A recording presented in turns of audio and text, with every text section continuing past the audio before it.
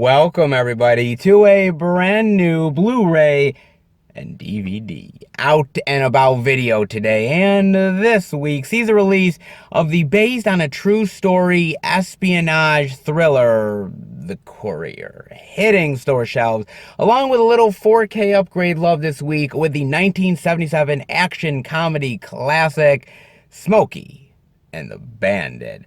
Paramount Pictures is releasing a lot of catalog titles on Blu-ray: Alpha Dog, In and Out, Eye for an Eye, Switchback, and many more. And Disney Movie Club is releasing exclusive Blu-ray editions for titles like The Pacifier, Herbie Fully Loaded, and The Kid with Bruce Willis. Can't say they're the most desirable titles, but they are Disney Movie Club exclusive, so there you go. Plus, much more. So let's go see the deals, exclusives, and we are at our first location, Walmart. So let's go in and see what they got. All right, everybody. We are in at Walmart. Whew. Sheesh. Oh, look at this, guys. My God, man. It is empty as shit. Holy cow. I mean, they have no chaos walking. There's the tags for The Courier, some of the other new stuff this week, but yep, completely and utterly empty. I mean, they do have some of the stuff from last week. I mean, they do have Happily for $9.96. I mean, it's cool that they have this. Kind of a weird movie, to be fair, but I kind of dug it. I did. I dug the premise. It sort of takes this sci-fi twist turn and mixes it into this sort of like drama comedy in a lot of ways. Very fascinating little movie that I actually kind of enjoyed, crazy enough. Thought that one wasn't half bad. They do have that one. They have the Blu-ray digital of Supernatural, the 15th season.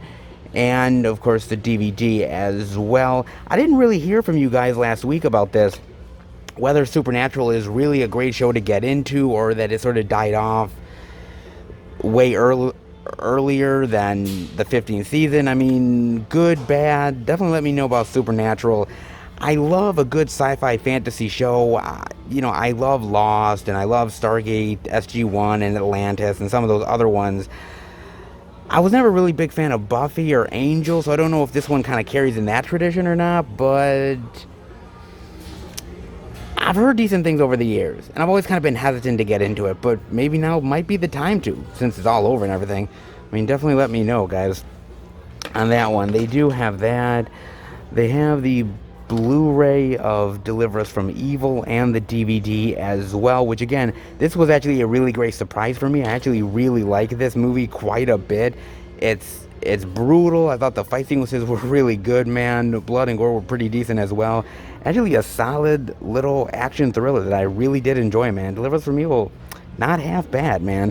That they have Deadly Force Mission Budapest. I don't know how this movie is, good, bad, but it's kind of interesting because I wanted to watch it last week for the Out and About, and I didn't get a chance to because I put in the title Deadly Force Mission Budapest, right? Because that's what I thought the title was, until I found out there was actually another title called The Rookies that this movie is also known as, and it's kind of very weird. It happens a lot of times overseas.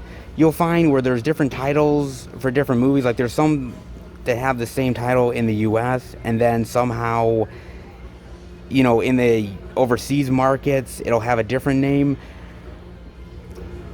I sometimes got that in the past when you saw horror movies that tried to pretend like they were like the sequel, like whether it was like Demons 5 or whatever like that, or some weird thing where they tried to add it to a franchise and it wasn't really. They just named it because of the popularity of the franchise. But sometimes it has just multiple titles for the sake of it, and it's just kind of weird.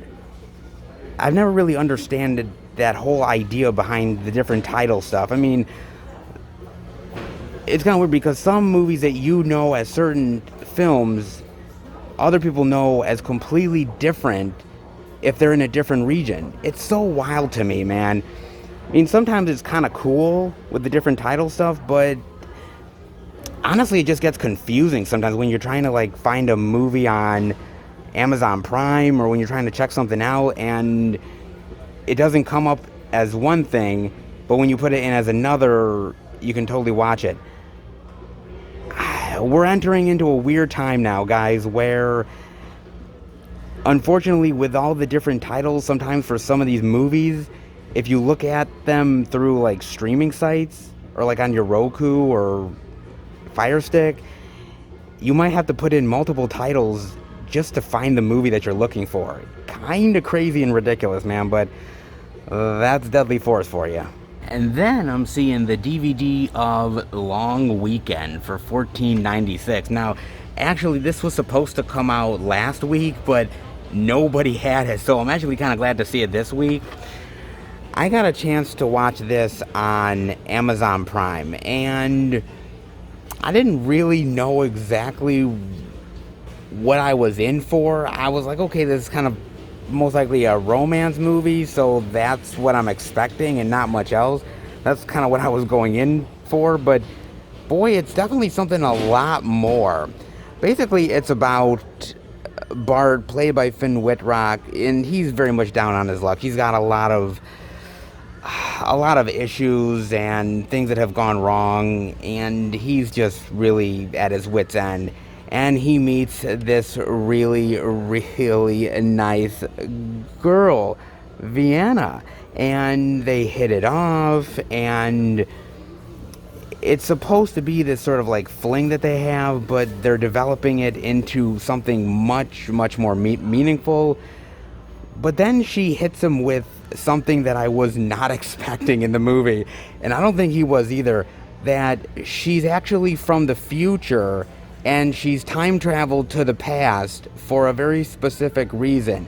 She can't tell him why, she can't tell him anything about the future, and that this is not going to be something that's going to last. It's not meant to last. And that he just needs to trust her. Is she telling the truth? Is she batshit crazy? Like, you don't really know, but he really likes her. And he wants to believe her, but it's just kind of crazy and wild and just out there. And it's like, how do you deal with something like that, man? And that's Long Weekend. I won't really spoil the movie for you guys, what exactly happens, but wow, man, that kind of hit me like a bag of bricks, because I was actually not expecting that. But I gotta admit, I really liked the idea behind the movie. I liked the premise. I loved the acting here, and I loved the chemistry between the two leads. I thought it was really, really well done. And Finn Wittrock, I haven't seen a lot of him. The one thing I definitely do remember seeing from him was when he did one of those seasons of American Horror Story. I think it was the circus one, was it? I almost think it was the circus one with that really weird, messed up clown. I'm almost thinking it was, man. And he was actually pretty good in that, man. He was one weird, evil fuck in that. So he's actually a pretty good actor, but I like his humanity, I like his warmth, I like his desperation at times of just wanting to feel something again, and that this woman really provides that, but for how long? And can he really trust her? Is he really going to go along with this? It's a wild movie, a little unpredictable, but it also does have predictable moments at times. But I got to tell you, I thought the love story aspect was really good here, and I thought the acting was solid. So for me, Long Weekend, I gotta admit, even though it's got this weird idea between time travel and everything, honestly, I actually kind of dug it. Then over here I'm seeing this last thing, Sky Blossom, Diaries of the Next Greatest Generation. I wonder what this is about. Bonus digital soundtrack, limited time only. There are more heroes from per square inch in Sky Blossom than in Saving Private Ryan. Oh, come on. Really? Seriously? Somebody wrote that as a fucking quote? Come on, man. I don't know. Really? I don't like those type of quotes, guys. I'm not gonna lie. When somebody writes this, I'm like, then Saving Private Ryan, those guys went to war against a dictator, a tyrannical leader who was going to enslave and destroy the world. Like, really? I don't know. I think that was kind of bullshit, guys. Yeah, see, that kind of turns me sour to this movie just by that quote alone, man. But maybe it's good. I don't know. I mean, we'll see here. What is this about? My Blossom is a raw window into 5.4 million students stepping forward as frontline heroes, caring for family and medical conditions across America. Okay, I mean, I actually kind of like the idea behind this and looking into the new generation and how they're really helping the world. I appreciate that. And look, I actually kind of appreciate every new generation because with every new generation that's coming into the world, there's always a new chance for hope and opportunity and that the world will become a better place.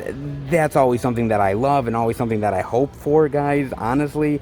So this probably is really good, just showing off these people and how they're trying to do better for the world around them. I really do appreciate it, and I think it's actually probably a really great story that this filmmaker dives into. But why the quote, though? I mean, there are more heroes per square inch in Sky Blossom than in Saving Private Ryan. That's a stretch. I mean, as much as I really love this great story of these kids wanting to make a better place in society, it's not like they're going to war at the end of the day and sacrificing their lives to help the world.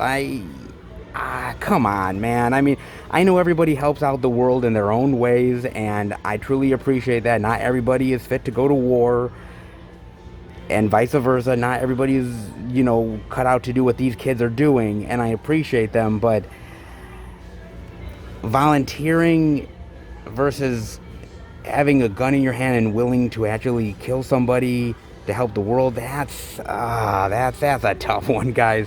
I don't know. It's quotes like that kind of turn me off a bit because there's heroism on both sides, right? Just because you go to war doesn't mean that you're an evil person because you've done it. You want to make the world a better place for people. And then you do something with volunteering and helping people out, and that's a great way to help out society. So there's two sides to every coin. You know what I'm saying? I don't know about that. It's probably a really great movie chronicling these kids, but why did you have to say it's better than something like Saving Private Ryan? That quote kind of kills it. Am I wrong on this, guys? I don't know. Maybe I'm focusing too much on the quote, but it seems like a pretty good, solid story with these kids who are trying to make a better world. Probably solid, but better than Saving Private Ryan? That's a little bit of a stretch. Just saying, guys. Yeah, a pretty big stretch, dare I say. But they do have it, though. Not have bad on that, but oh my god, man. This is pretty rough here. Look at that. I mean, it's not all exactly terrible. I mean, they do have some stuff here that we hadn't seen before. I mean, they do have Send It. They have The Father and Minari as well. They must have just got these in not too long ago, man. They've got those. And by the way, I don't really get to see Minari a lot out in the stores, man. For some reason, this either goes really fast or barely stores ever get this. But it's actually a pretty solid family drama from A24. I would definitely check it out. Not bad, especially if you're a fan of Steven Yeun, man. Definitely worth checking out on that one. They also end up having the DVD of Cosmic Sin, which is cool. I know. Look, guys. The movie's dog shit, okay? Movie is not that good. I will freely admit that. But I kind of had fun with the movie enough that, yes, I did buy it. So, I know, I'm a glutton for punishment. But don't we all have those movies in our collection which are just really bad, but yet we kind of like them? So can you really fault me? Yeah, you probably can, guys. I'm sorry. I'm so sorry. Oh, Lord. Hopefully you guys will forgive me. Oh, man. But I don't know if I'll really forgive Walmart, truth be told, man. I mean, God. I mean, they don't even have Chaos Walking. And that was last week. I mean, they do have some of the stuff from last week and a couple indie stuff. One last week and one maybe this week. Okay. We'll probably see the new stuff next week. Yeah. Always expect the expected when it comes to the first Walmart. All right. Let's head out. See, I don't like to do this, guys. I don't like to do this, but I'm going to do it, though. There is literally like 2 or 3 Walmart employees that are in the electronics section that are not doing a goddamn thing. Truth be told, man, they are not doing anything.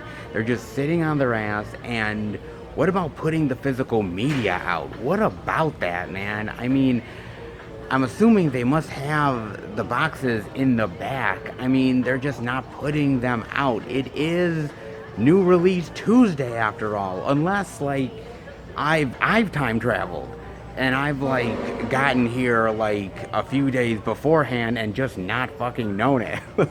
Like, what is going on here?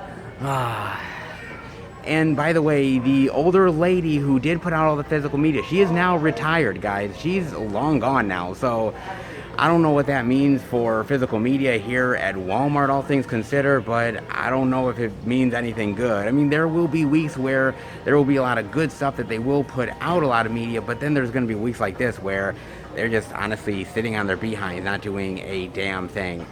I want to believe in Walmart. They've actually done me right before, but there's a lot of times where they've done me very wrong. And this week, ooh, it's not a bad release week, but again, you wouldn't know it by coming here. That's for damn sure, guys. Well, at least a few things, some indie titles here and there, doesn't really make up for what they don't have, guys. But, well, maybe we'll see it next week. You know I'm right. Or in the case of Chaos Walking, maybe in 2 weeks. Then again, it's not really a great movie, so I guess I can skip it. As Walmart is doing with pretty much most of the physical media nowadays. You guys know how Walmart does it. Good, bad. Maybe one day we'll get more physical media here. Let's hope next week. Until then, well, let's hope they go to another location with more physical media to show off. All right, everybody, we are at our second location, Target. But before I go in, I gotta talk to you guys about something. Now, I recently watched Army of the Dead. And, you know, it was kind of weird. While I was watching it, something seemed kind of off to me. And it almost looked like dead pixels at certain moments when watching the movie. And I actually thought there was something wrong with my TV until I ended up looking this up, and maybe you guys had the same issue. But this will be kind of fascinating. Army of the Dead, viewers question dead pixels on screens. If you happen to watch Zack Snyder's Army of the Dead this weekend, you might have noticed something was not quite right. You weren't alone. Quite a few Twitter and Reddit users noticed that some scenes appear to have dead pixels or completely white spaces on various parts of the screen. One user wrote, Army of the Dead really had me thinking my TV was messed up with 2 broken pixels, and it turns out it was in the movie. Viewers question a lot of the stuff, but as the film goes on, there is a lot of dead pixels at certain moments. Now, other Reddit users have pointed out that this is not the first time dead pixels have been spotted on the Netflix service. A user points out that they were first noticed during last year's Extraction, while another noted it's becoming more frequent, pointing out that the glitch on recent VFX-heavy shows such as Jupiter's Legacy and Shadow and Bone. I've been noticing white pixels in lots of recent Netflix content lately. Shadow and Bone, for example, had several of them. They'd be there for some scenes and then not in others, came and went, but always back on the same few pixels when it would be there. Netflix had no comment. This is interesting, guys, and the reason why I say it's interesting, or at least I think it is because this raises the question of quality, doesn't it? I mean, if it was just Army of the Dead, you would think to yourself, well, it's just Army of the Dead. There's nothing else, right? That's just that. But the fact that it's been other shows and other movies on the Netflix service, and perhaps other services as well, it calls into question the actual performance of these digital platforms. I mean, even something like HBO Max. HBO Max literally, this past weekend, literally got shut down because there were so many people on HBO Max watching some sort of TV episode or something. And again, a service like HBO Max gets shut down. You have dead pixels that are on the screens of certain Netflix shows and movies. I'm curious.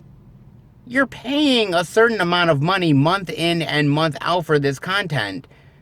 Are you satisfied with subpar quality?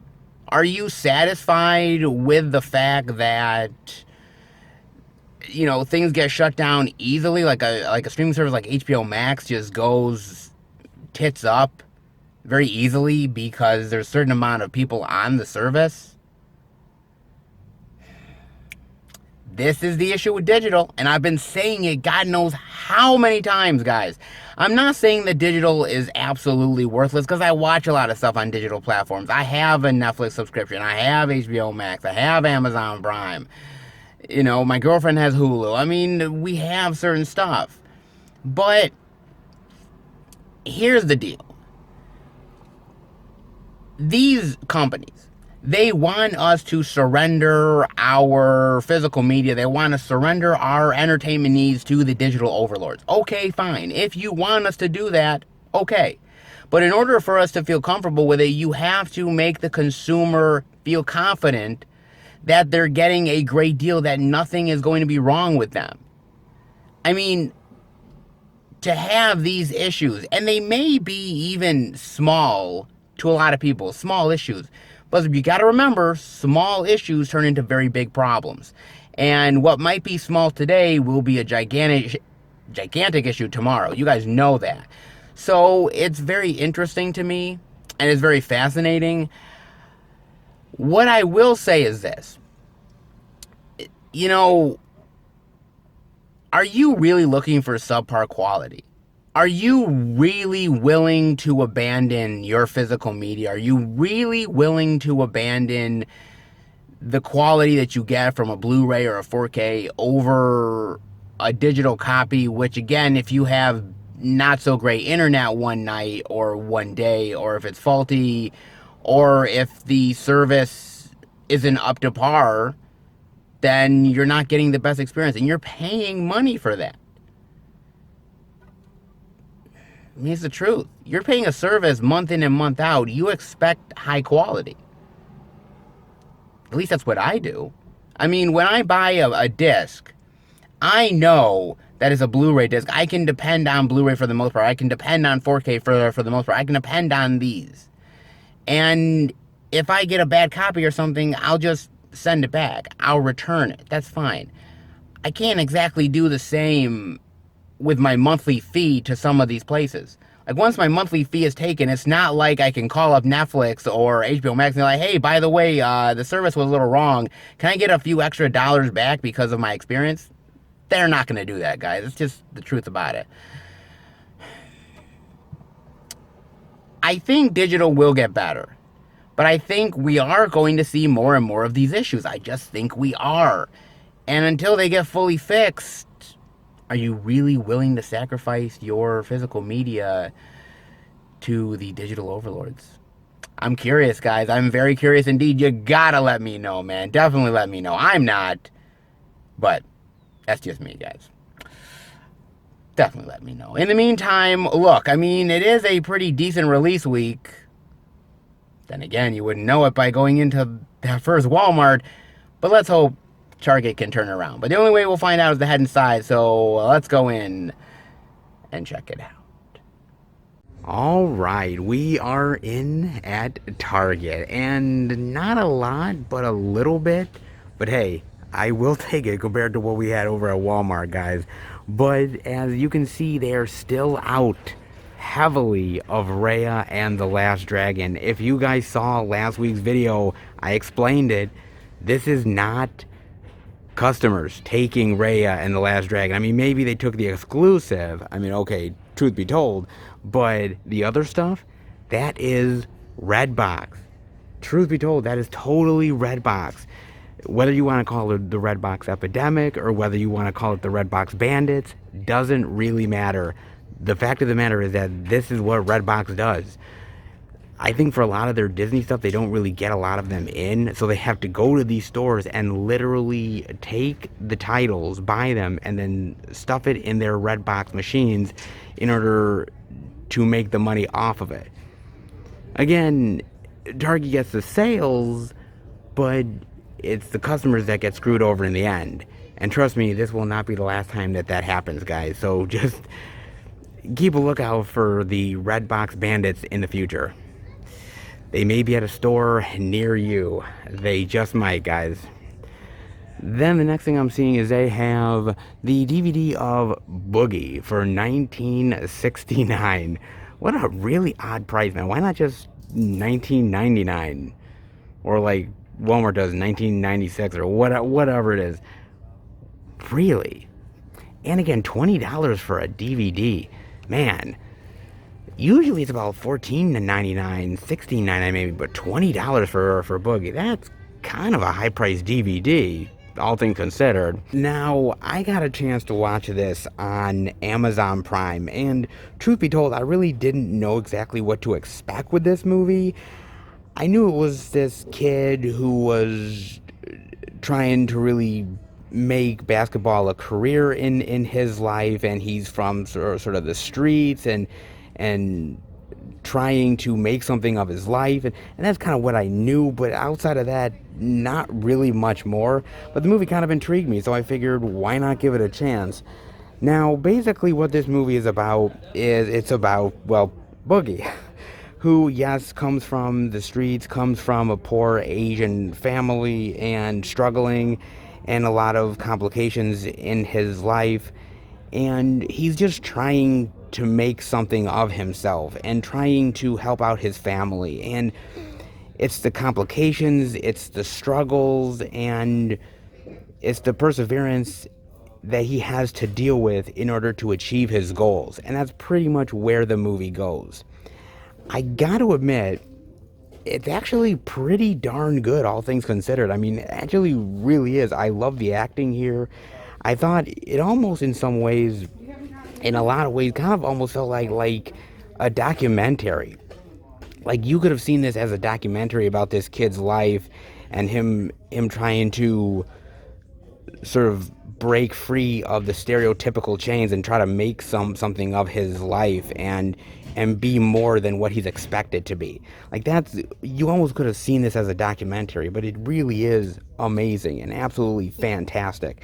I loved that, and I loved the complications that this guy goes through, whether it's trying to deal with this newfound relationship that he has with this woman that's really very, very rocky, trying to be the almost like the star basketball player on the streets to really prove himself. There's a lot of things here that I absolutely really do enjoy. And I thought this movie was made very confident. I thought the acting was really spot on. And it felt almost like I was watching a new version of a movie like Basketball Diaries or Love and Basketball, He Got Game. There's certain movies like that it really feels like you're really watching something that's a very hard-hitting basketball story. The actual basketball playing itself is decent here, but I don't think that's really the focus of the story. It's not about the actual basketball playing itself, even though it kind of is around that. It's still decent, but it's not that the basketball game is really like showcased. To a certain degree it is, but it's not like the main focus. It's basically a drama about this young high schooler who has struggled his entire life, who has so many challenges, and is just trying to break free of those expectations and trying to make more out of his life than people think he will. And that's really what this is around. Basketball is part of the story, but it's just a little part of the story compared to the bigger idea of this drama and the complications of this guy and what he has to deal with.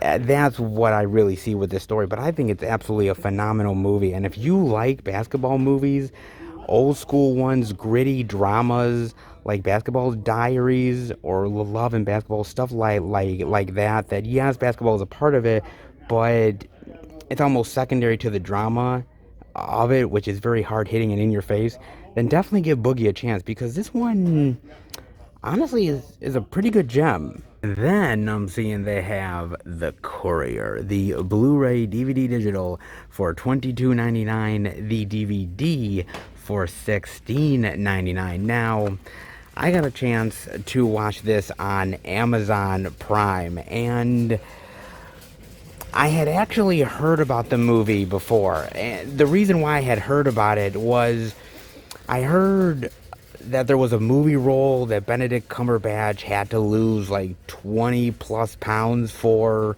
in order to look very, very emaciated and weak.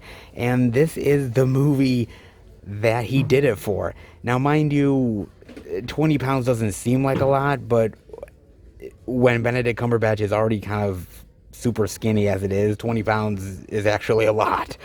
And God bless his heart, man. He's one of those actors that really goes for a role, and this one he definitely did, man. Now, I love this, man. Based on the incredible true story of a businessman turned spy, and it is true. Very, very true, guys. Basically, the whole uh, Cuba Missile Crisis that happened between the Russians and the United States, basically it was coming to a boiling point. I mean, both were just very stubborn, and there was a lot of rhetoric, and basically things got so heated that we were literally on the brink of a nuclear war that was about to happen. And this businessman who had no government ties was able to come in and help turn the tide of a possible nuclear war. True story, it actually happened, man. And I got to admit, this is a really, really great, really, really solid film, man. I thought that Benedict Cumberbatch did an amazing job in the acting department. He's playing reluctant. He's playing scared. He's playing strong. He's playing empathetic. He's doing all of the emotions and still trying to play off as cool, calm, and collected when you know at any minute, at any moment, you could be caught, you could be found, you could be killed, you could be imprisoned. You name it, he is on the razor's edge of dealing with this. And man, does Benedict Cumberbatch do an excellent job at this. He really does. Amazing performance, as is all of the actors do a phenomenal job, man. And, you know, it's interesting because I thought it was really, really well done. There was a lot of really tense moments and really great dramatic moments. And there were times where I was on the edge of my seat, truth be told. And to be honest with you, a lot of these types of movies, I hate to admit it, but it really is the truth, that some of them come off as kind of a bore, all things considered. Like, I mean, I'm going to be honest with you, a movie like Tinker Tailor Soldier Spy, I saw that in the movie theater, and I was just bored.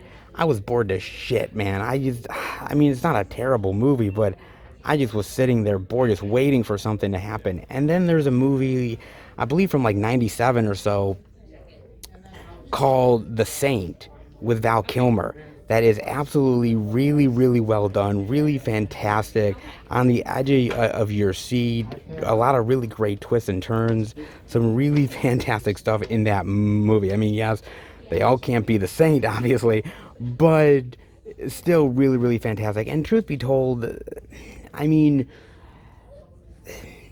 it's kind of interesting because when we think of spy movies and everything, we almost think of like a movie like the Bourne series nowadays. And not everything can be Jason Bourne, okay? Not everything can be completely action packed, cars flipping around, people getting gunned down in the streets of London or some shit. Like it's not always that. It's a little bit more tense. It's a little bit more drawn out and talking, and I think the Courier feels a little bit more classy like that. It has that classiness aspect to it, sort of like Tinker Tailor Soldier Spy, but I think it's a little bit more exciting, and I think it's a little bit better well executed so it doesn't feel like a bore. Yes, it is a long movie, about an hour 45-ish, give or take, hour 50, somewhere around there, but I think you never feel like you're wasting your time with the movie, and it feels like it breezes by, and you're just still intrigued and want to lean in and find out more. Really, really fantastic movie, extremely well made, and it's just a very fascinating movie because, for somebody like me who's a little bit of a history buff, you don't you don't really know how close we ever were to nuclear war, and the idea that common everyday individuals like a businessman could turn the tide of that is astounding to me and incredibly fascinating. And I'm glad that this story was told on the big screen in movie form. Guys, great performance by Benedict Cumberbatch in a really solid spy movie that you definitely have to watch if you like movies like Bridge of Spies or even Tinker Tailor Soldier, The Saint. Give this one a chance because honestly, pretty solid espionage thriller. Pretty damn good, dare I say. I really enjoyed it. Really did, man. Wasn't expecting it, but surprise, surprise. And not half bad this week. I mean, only 2 releases, but hey, compared to the first Walmart, we'll take it. Let's head out. Not as plentiful as I would have personally liked it to be, guys, but as far as new releases go, compared to what we got over at that first Walmart, I will definitely take it. And it's kind of weird because I was noticing over here that they actually have a couple of movie collection sets that I haven't seen, so they must have just got it in not too long ago. American Pie 9 movie collection and a Steve Martin 8 movie collection. Kind of want to dive into these. Oh, the American Pie 9 movie collection, 1999. The pie is sweeter when it's all together. Is it? Is it actually sweeter? I don't know about that one, guys. I'm not sure about that, especially when it comes to American Pie, man. However, I like the cover, man. The pie with the hole in it.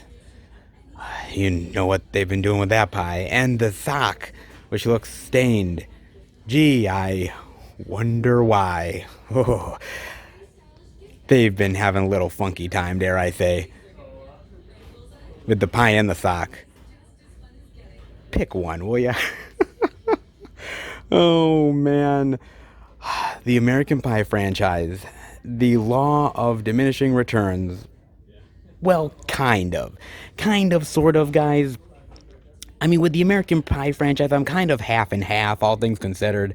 I mean, that first movie, American Pie, I still consider it a classic to this day. I think it's one of the best raunchy teen comedies of all time. Now, mind you, it came out when I was in high school, and it's still one of the best sort of comedic experiences that I had in the movie theater. It was really, really fantastic, man. I still love that movie to this day.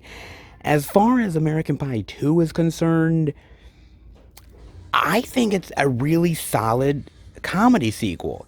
And let's be real, when it comes to sequels of comedies, there's not a lot of really great, and I mean great, comedy sequels. A lot of them actually kind of flounder a bit. They're not all that great. They're kind of lackluster and not as good as the first one. I'm not saying American Pie 2 is as good as the first American Pie, but I am saying it's almost up there, man. I really love the gags in there. I love a lot of the comedy, the characters.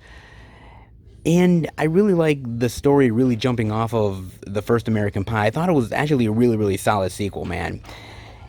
Now, as far as American Wedding is concerned, I really do like American Wedding. I will. However, I'm going to be real with you guys. It's not as good as American Pie or American Pie 2. But as far as like a third comedy sequel is concerned, it's not terrible. It really isn't. Some of the comedy's a little cringy, but I kind of appreciated that these characters have gotten older and the comedy has sort of changed as they've gotten older. Yeah, some of the same similar stuff, but they've gotten older and it's kind of changed a, a little bit. And I kind of appreciated that. I think it's kind of weird because I think the character that changed the most throughout all three of the films definitely has to be Stifler. Am I wrong on that? Because if you look, like, Stifler was a real, like, flat out jerk in the first American Pie movie, and he kind of got a little bit more likable in American Pie 2, and then became sort of the goofy, ridiculous guy in American Wedding. I mean, I'm not saying it's terrible because I actually kind of enjoyed it. I enjoyed stuff like the dance off and him having sex with the granny, which, I guess, if you have to do the dirty deed, why not get a little experience behind you? Literally. Yeah. Oh man, I think it's a pretty decent movie, all things considered. Not as good as the other two, but still pretty decent, man. Now, American Reunion. I remember when American Reunion came out. Okay, I do, and I saw it in the movie theaters. And the first time that I watched American Reunion, I was actually very disappointed with American Reunion. I remember watching and thinking to myself, God, this is not as good as the other three American Pie movies. And it's kind of more lame. And have I just not gotten like more sophisticated with my comedy, or has the characters changed so much, or am I not into these type of movies anymore? Like, well, like what happened? Why don't I like this thing? And I think what I was doing was I was comparing it too much to the other American Pie movies, but rewatching it a couple times over the years, I've actually come to appreciate American Reunion a lot. I've come to appreciate the comedy of it, the idea that these guys are now much older and they're more of sort of the old guys compared to the new hip high school guys that they're trying to compete with and trying to get back those old glory days. Like, I really did kind of appreciate that. I think maybe I was like, oh my God, okay, they're trying to do this the same shtick over and over and over again. And at a certain point, I was maybe trying to be like, okay, they're not those guys anymore. But maybe that was the point. So I kind of appreciated that. So all things considered, the four straight to theater movies, the ones that were theatrically released, I gotta say, all four are pretty solid. There's some weak points here and there, but for the most part, it's pretty solid. Now, when it comes to the straight to DVD ones, oh man, oh, Bandcamp, The Naked Mile, Beta House, The Book of Love, and Girls Rules, I think they're really pale comparisons to any of the theatrical releases. I really do, man. I mean, I used to know a guy at work who's no longer there who used to love those straight to DVD movies. When he was talking to me about them, he was like, "Oh my God, like, did you see all the naked chicks and all the boobs and everything?" I'm like, "Yeah, that's the American Pie, but no, I mean, did you really see it?" Like, "Oh my God," I'm like, "Yeah, calm down." Calm down. I have a lot of sex comedies in the collection. I'm pretty used to it at this point. He was like rabid about that shit, man. Yo, he really was, man. Yeah, good God, man. But I just kind of think they're aping off the American Pie franchise. I mean, they really, honestly are. The only redeeming quality that those movies had, in my opinion, was Eugene Levy. I mean, Eugene Levy came back for a paycheck, but if they're willing to pay you, then why the fuck not? I mean, he was the best part of those. But I never really dug them. Some are better than others, truth be told, but I just thought they were very pale comparisons. But I got to admit, that the last one, Girls Rules, if you guys heard my thoughts about that when it came out that week that I did the Out and About, I actually think the American Pie franchise has gotten worse as the years have gone on, as comedy has sort of shifted and changed, and the comedic landscape has sort of changed how we view comedies and how we view certain ways that we joke about things. I kind of feel like the franchise has really went downhill and is less funny and is trying to be more woke. And the more woke that it's trying to get, I kind of feel like it's gotten a lot worse. And Girls Rules is like the worst of them all, man. I mean, I'm not a fan of those other straight to DVD movies, but I gotta admit, I'll take them miles over Girls Rules, man, because at least they had some funny moments at times, and they were able to still joke like it was a regular American Pie flick. But Girls Rules has totally changed that. You know what? Look, as I said, I'm half and half on the American Pie franchise, and I hope at a certain point they do another film with the original crew and do another one with those original jokes and try to be that old school American Pie feeling. But if we get more movies like Girls Rules and more sort of woke comedy like this, I I just can't see them doing any more of these American Pie movies. I actually wouldn't want them to, because I would just kind of honestly not really care to see it. It's so weird to see a franchise that started in 1999 and now, like over 20 years later, and it's like a like sad shell of itself. It's so weird, man. It's a fascinating dive into a comedy franchise that really only has about 3 or 4 really solid movies, and the rest are kind of just there. But I mean, I'll take the past, because if the future is any indication, the pie has already expired. A movie Steve Martin collection. Yes, please. Oh, I love Steve Martin. I really, really love Steve Martin, man. And that guy deserves a lot more love than he gets sometimes. Truth be told, he really does, man. I wonder what's in this. The Jerk, Parenthood, House Sitter, Bowfinger, The Lonely Guy, Dead Men Don't Wear Plaid, Sergeant Bilko, and It's Complicated. Nice. Now, honestly, I've seen every movie except for The Lonely Guy and Dead Men Don't Wear Plaid. Honestly, I've never actually heard of those two titles. I never have. And as a Steve Martin fan, I'm kind of ashamed of myself. I am. Interesting. I will say, though, that the other movies are really great. Some better than others. I mean, The Jerk is absolutely hilarious. Classic Steve Martin. So is Parenthood. I love Parenthood. It's almost like this family drama meets this sort of goofy comedy, but it's so good, and so many really great actors in there.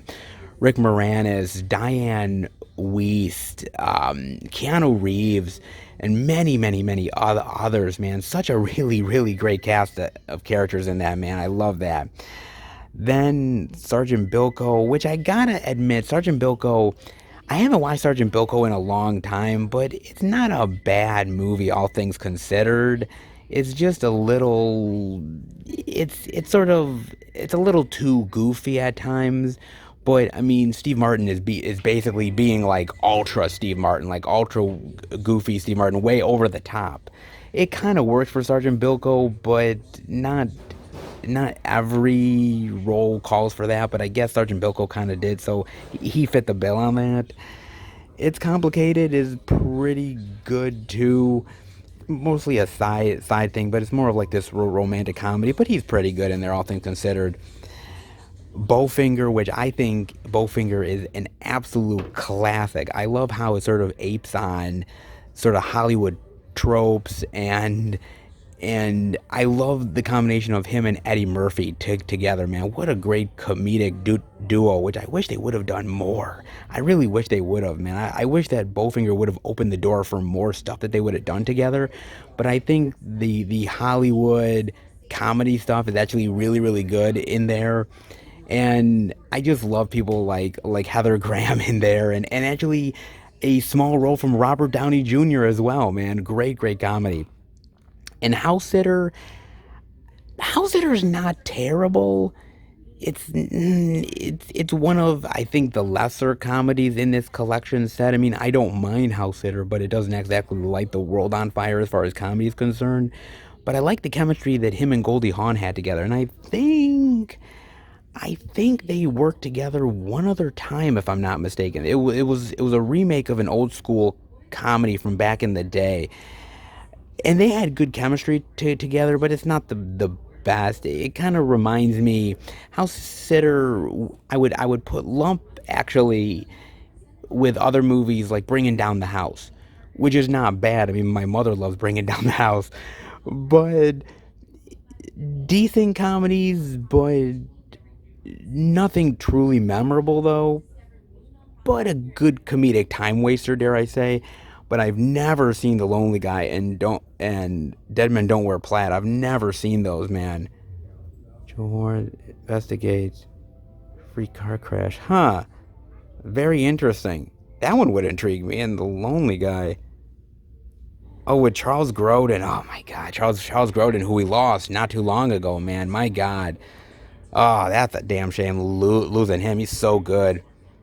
I've never seen either one of those, so I've definitely got to check that out to complete my Steve Martin love. But I really love Steve Martin, man. I mean, obviously, you know, movies like The Three Amigos and his time on SNL, and I even watched that Netflix special that he did with Martin Short, which is so great, man. It's so funny.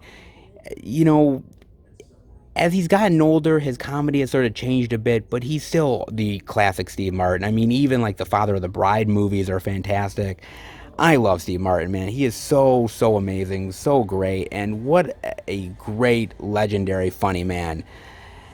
You know, there are comedians that get more love than Steve Martin, but I think Steve Martin, when he did a movie and when his comedy was on point, it was really on point.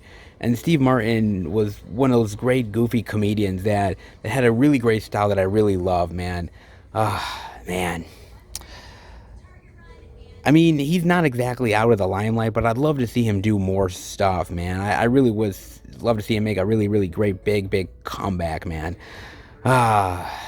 He is so good, man. God, if you've never dived into Steve Martin love, please do it. So good. Not bad collection sets, dare I say. I'd probably pick the Steve Martin one over the American Pie one.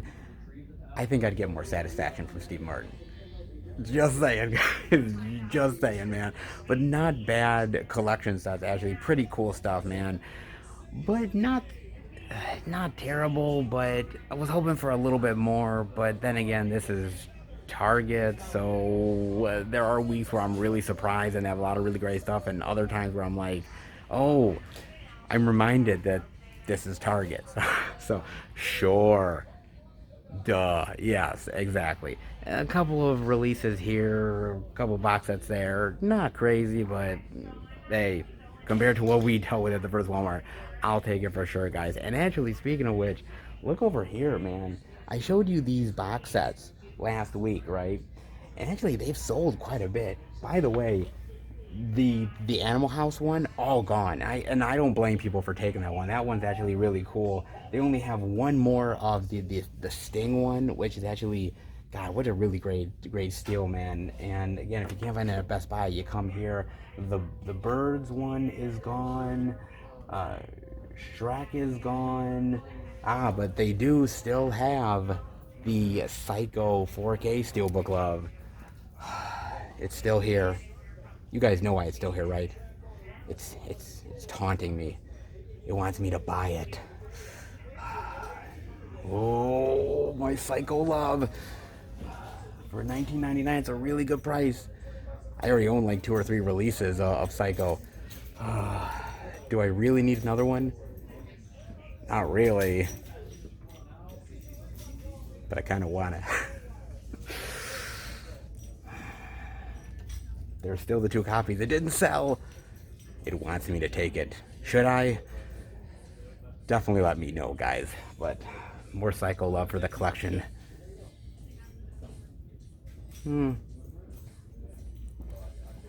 Doesn't hurt, does it? I don't think it does. Maybe my wallet, but definitely not the collection. That's for damn sure, man. Not bad at all this week. Decent. Not great, but with Target, I'll take it. Not so bad, guys. Hope you enjoyed it. Let's head to the next location, and hopefully more physical media love to come. Now hold up a second, guys. Before we go to the next location, I kind of want to go into a place I haven't been to in a couple weeks' time. I really do. Some of you guys have kind of hinted that you sent me stuff, that it should maybe kind of be here, so I want to see. I'm kind of like a little kid at Christmas. I kind of want to see this stuff. So, yes, I think you guys know where we are. We are at none other than the post office, baby. We are at the post office. And I honestly cannot wait to check out what physical media you guys sent me, or whatever, care packages, media, all that good stuff. You guys have been sending me some really cool stuff as of late. Some really, really great, cool movies that I've never seen before, and I can't wait to see what you guys have given me next. Hopefully, I have some really good packages here. I can't wait to find out. Let's check it out. Well, the P.O. Box has been opened, and do I have any surprises? Actually, I kind of do. I wasn't expecting surprises, but yeah, here we go. I'm very curious of what you guys sent me this time around. A couple of Amazon.com packages. What did you guys give me? Let's head back to the car and find out. All right, back in the car with the packages. Very, very nice, guys. I'm curious what these packages are. What did you guys send me? Let's check them out. Let's actually start with we'll start with this package. We'll start with this one. What did you guys send me this time? Oh, what is this? The Perfect Weapon. Look at that. What is this? I've never heard of this before. And I don't even really think I know who Jeff Speakman is, to be fair with you. Martial arts sensation Jeff Speakman. If he's such a sensation, why have I not heard of him? Plays a drifter who returns home only to find out that his old mentor and family friend is harassed and threatened daily by the Korean mafia. Days after his return, his mentor is murdered by the syndicate's top henchman and assassin Tanaka. That's great. Vowing revenge, he recruits the help of his long-estranged policeman brother Adam and his old mentor's young apprentice Jimmy Ho. James Hong is in here. Oh, great. And Mako with future Law and Order star Mariska Hargitay. Whoa! You kidding me? Holy shit. My mother, okay, truth be told, my mother loves Mariska Hargitay. Like, really does. Like, she loves Law and Order, and she loves Mariska Hargitay. Yo, this is wild. Like, I didn't really know that she did this type of stuff, man, before being in Law and Order. Holy shit. Yeah, and another one from Ala Films at that. Look at that. Holy cow. This is cool. Interesting martial arts action film going up against the Korean mafia. It's got to be good, right? I mean, come on, a not very well known martial arts sensation versus the Korean mafia. I gotta check this out. This is great. Look at that. Cool. Yo, interesting. I had a couple people tell me they were sending me packages. Tommy told me he was sending me a package, so I don't know whether this one is it or not, but it would kind of be right down Tommy's lane if this was, man. Yo, oh, that's interesting. I never heard of that one. That's cool. And then let's dive into some more Amazon Prime goodness. What is in here? What is this?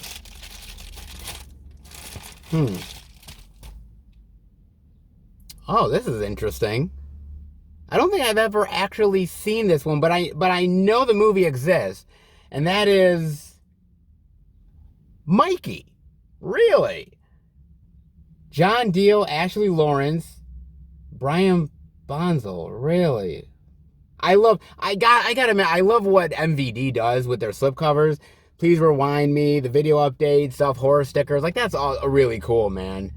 Yo, the producers of Point Break would like to introduce Mikey.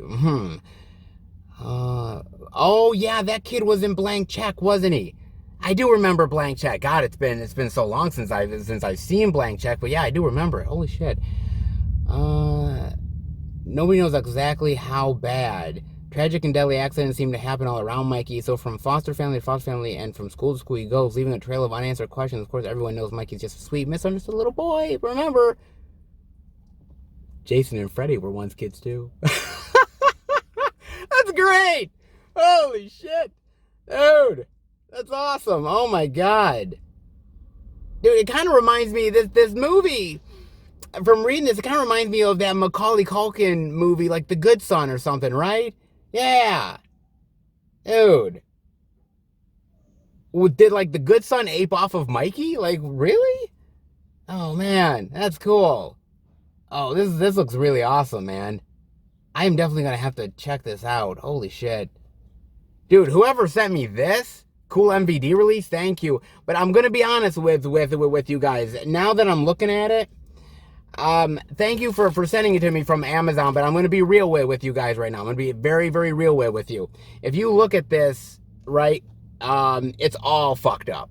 Look at this. The slip cover here is dented in. It's bashed in on the sides here. If you look at that, it's really badly dented in and just busted up all the hell, man. It is badly damaged, dude. I'm going to try to find a replacement slip for Mikey, or maybe buy it from another vendor or something and maybe bring it back through somebody else. I might just do that. I don't know. This is the one thing that you guys got to understand. First of all, I'm so grateful. This is free, so I'm not really even hating on anybody. But anytime you guys are getting anything with a slipcover, do not order from Amazon. I'd order from Diabolic, order from Grindhouse Video, order from Orbit DVD, order from a lot of other sites. Do not order from Amazon. And that doesn't matter whether you send it to me or you're getting something yourself. And the reason why I say that, guys, is because Amazon does not care about the slipcovers. Sometimes you'll get lucky and you'll get stuff that's in mint condition as far as slips are concerned. I've had the luck of the draw at times, and other times you get things like Mikey. I don't think the post office did this. I think it came from Amazon like this. I'm almost 100% positive, man. I mean, maybe it could have been the post office. It's on conveyor belts. It gets literally just crushed. Maybe it did. But, I mean, it is just all dented in and all bashed in. It's all fucked, man.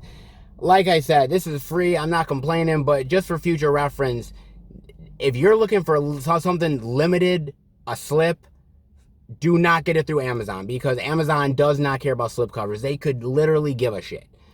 Just saying, guys, all things considered, man. I mean, it's cool, but word of warning, if you want anything good condition of a slip coming from Amazon, you're like wishful thinking, man, because that ain't gonna happen, dude. Yeah, this is all busted up. I mean, I love MVD. I've never seen this before. I can't wait to dive into it, but I will probably try to find a replacement slip for Mikey at some point. But whoever sent this to me, thank you. By all means, thank you. But future reference, never, if you're looking for something with a slip, never get it through Amazon, because they just don't care. And that's the truth be told, man. It's cool. Man, I'm just happy. I mean, you guys are sending me great stuff. I mean, this is cool. Mikey and The Perfect Weapon are awesome. Again, I mean, even with The Perfect Weapon, you hear that, guys? The disc is loose inside there. Amazon does not give a shit.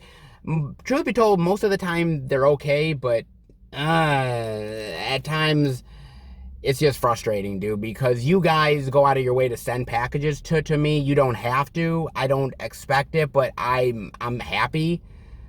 But I don't want your guys' hard-earned money to result in shitty stuff from Amazon. I really don't, man. So thank you with all my heart. Really, I truly appreciate it. I'm gonna definitely watch these because I really think they're really cool, man. But future reference, if you want good condition stuff, Amazon is a gamble, man. It truly is. And when it comes to, well, you guys see it.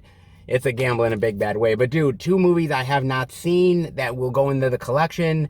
You guys still amaze me and astound me. So awesome. Thank you so much. I truly appreciate it. I can't wait to dive into some more physical media goodness here. This is really cool, guys. All things considered, damaged or not, I still truly appreciate it. And you guys are beyond awesome. Truly you are, dude. Thank you so much. Wow, well, that was a surprise. And so, dude, that was a really cool surprise. So, wow, now that we've had a little stop along the way here for some post office physical media goodness, let's head to the next location and hopefully some good stuff ahead. Oh, and by the way, if you guys want to send any physical media goodness my way, the P.O. Box is in the description below. Any care packages, movie-related goodness, physical media, it's always appreciated. Not expected, but appreciated. You guys have always told me, hey, can I send packages your way? And I created this P.O. Box for you guys specifically, and you have not disappointed, man. It's been really awesome and truly has made doing this and putting the money into a P.O. Box absolutely worth it. So thank you so much beyond words, man. I truly appreciate it. I don't know what I'm going to get next from you guys, but I can't wait. I bet some really great stuff ahead, guys. Who knows? You guys will surprise me. But let's head to the next location and more physical media goodness. All right, everybody. We are at our 3rd location, the second Walmart. I'm going to go in and check out if there's any interesting titles to show off. If there is, I'll bring it back to Film Fan 108 HQ and show it off to each and every one of you. But before I do that, I got to talk about a trailer with you guys, and that is none other than Last Night in Soho. Oh, yes. The latest Edgar Wright presentation, ladies and gentlemen. Now, it's very interesting because everybody is hyped about this movie because of Edgar Wright. They were anticipating what the next movie he was going to do was going to be, and it looks very interesting, almost like, well, I'm not exactly sure because I'm watching the trailer here, right? And I'm getting slowly sucked into the trailer because this girl who is in, it looks like the 1960s, where she is either like time traveling or it's all in her head of like seeing this other woman that it looks like she idolizes. Is she becoming her? Was she her at some point? Is this like seeing your past life? Is this looking into your future? What exactly is this, man? It's kind of interesting to me. It almost looks like a murder mystery noir film that just so happens to be a little bit off kilter. It looks really interesting to me. It looks fascinating. I mean, Anya Taylor-Joy looks beautiful. I love Anya Taylor-Joy. I think she looks absolutely fantastic here. I'm intrigued to see more of what she does. And Matt Smith, which, by the way, man, I mean, yes, people know him as Doctor Who. Fair enough. But I actually saw him in that indie film where he played Charles Manson, and he was awesome as Charles Manson. So seeing him here being this sort of suave 1960s guy that almost like very dark and dangerous, I could definitely see it from him, man. So I am looking forward to that. I like sort of the vivid pulpy colors here, the neon. I think it looks really, really great. And truth be told, I am mostly a fan of Edgar Wright. I mean, I like a lot of his stuff. Of course, Shaun of the Dead is a favorite zombie film of mine. I love that movie.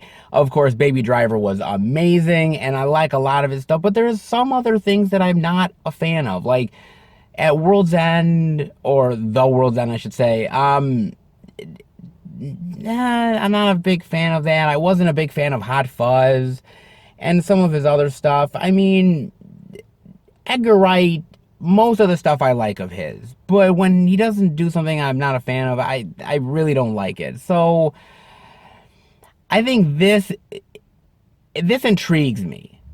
It's not trying to be like, you know, a goofy comedy. It's not trying to go for laughs. It's trying to be dark and mysterious. And I really appreciate that from Edgar Wright. I think he's going down a very interesting path as a director. And I think, like, early on in his career, when he was doing those Simon Pegg movies, I don't think anyone would have thought that Edgar Wright would be at this point making movies like Last Night in Soho. I don't think anybody would have thought about that. So I'm intrigued to see where he goes next. Like I said, I love Baby Driver, so I'm willing to go down this road. If Edgar Wright is willing to take me there, then I'm willing to go. So I think it looks pretty cool, all things considered, man. It's a good cast. I like the look of the film. And I think Edgar Wright is doing some really unique and interesting stuff as a filmmaker now that really intrigues me. So I'm willing to give it a shot, guys. I don't know about you. Definitely let me know. Looks really fascinating. Not sure what the hell's going on, but isn't that part of the intrigue? Yeah, it kind of is. Definitely let me know what you think about that. In the meantime, let's head into the second Walmart. Hopefully some good things worth checking out. Back again at the second Walmart. Hopefully some indie goodness love. It's been kind of okay this week so far, to be sure. I mean, we've had some titles to check out here, some titles to check out there, but not a vast abundance. However, that's about to change, because talk about second Walmart goodness, there's quite a few very interesting indie titles to come out this week, and the second Walmart is supplying a lot of that love. Dare I say, man, pretty good. I don't know, I was expecting little stack, but this quite plentiful indeed. Talk about surprises, man. Second Walmart is definitely delivering. So obviously you know what that means, right? I mean, Seth, you gotta show off that physical media. You do. So let's get it rolling. Do I have to? I'll bribe you with limited edition Blu-rays, right? You want limited edition Blu-rays, right? Limited editions. Okay, how about all of the Vinegar Syndrome catalog and Severin and Scream Factory as well? How about all that? If you do that, I will show off the physical media. I will definitely do it. If you do that, I'm totally on board. Look, I'm not made of miracles. Wishful thinking, but can you really blame me for trying? Come on, guys. I had to at least give it a go. I knew he wasn't going to do it, but you never know until you try. Oh, I thought he would do it. It's a reasonable request, isn't it? I at least thought it was. Oh, guys. Boy, let me tell you something. You know, going to that first Walmart location and thinking, hey, we're going to see something. Nope, nada, zippo, zilch. Ay. Oh, boy. And thinking to yourself, boy, we're on a really great path, aren't we? And then we go over to Target, and truth be told, Target is not outright terrible. They did have some of the new releases, a couple of cool little box sets here and there. Oh, whatever, collection stuff. I'll take it.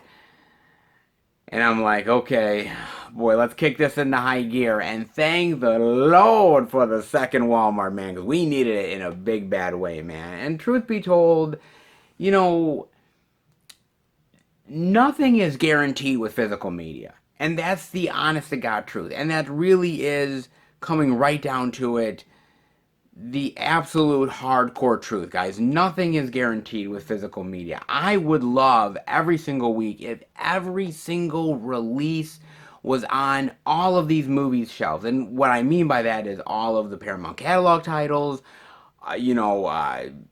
Disney titles, all of the new releases, all of the collector's limited editions from all these boutique labels, you name it, they're all at all the stores. It's a physical media bonanza every single week. Yeah, no, that's just not going to happen. Not anymore, at least. But I do remember back in the day the Circuit City days. I remember the Media Play days. I remember old school times going to FYE. I remember that stuff, man. And I'm always hungry for those old school days, right? I'm always somebody who wants those old school days back. I know I'm never going to get them, but it's always wishful thinking. And so when I see stores that have a decent amount of physical media to show off, it sort of lights me up in a lot of ways because I'm like, oh my God, thank God, physical media.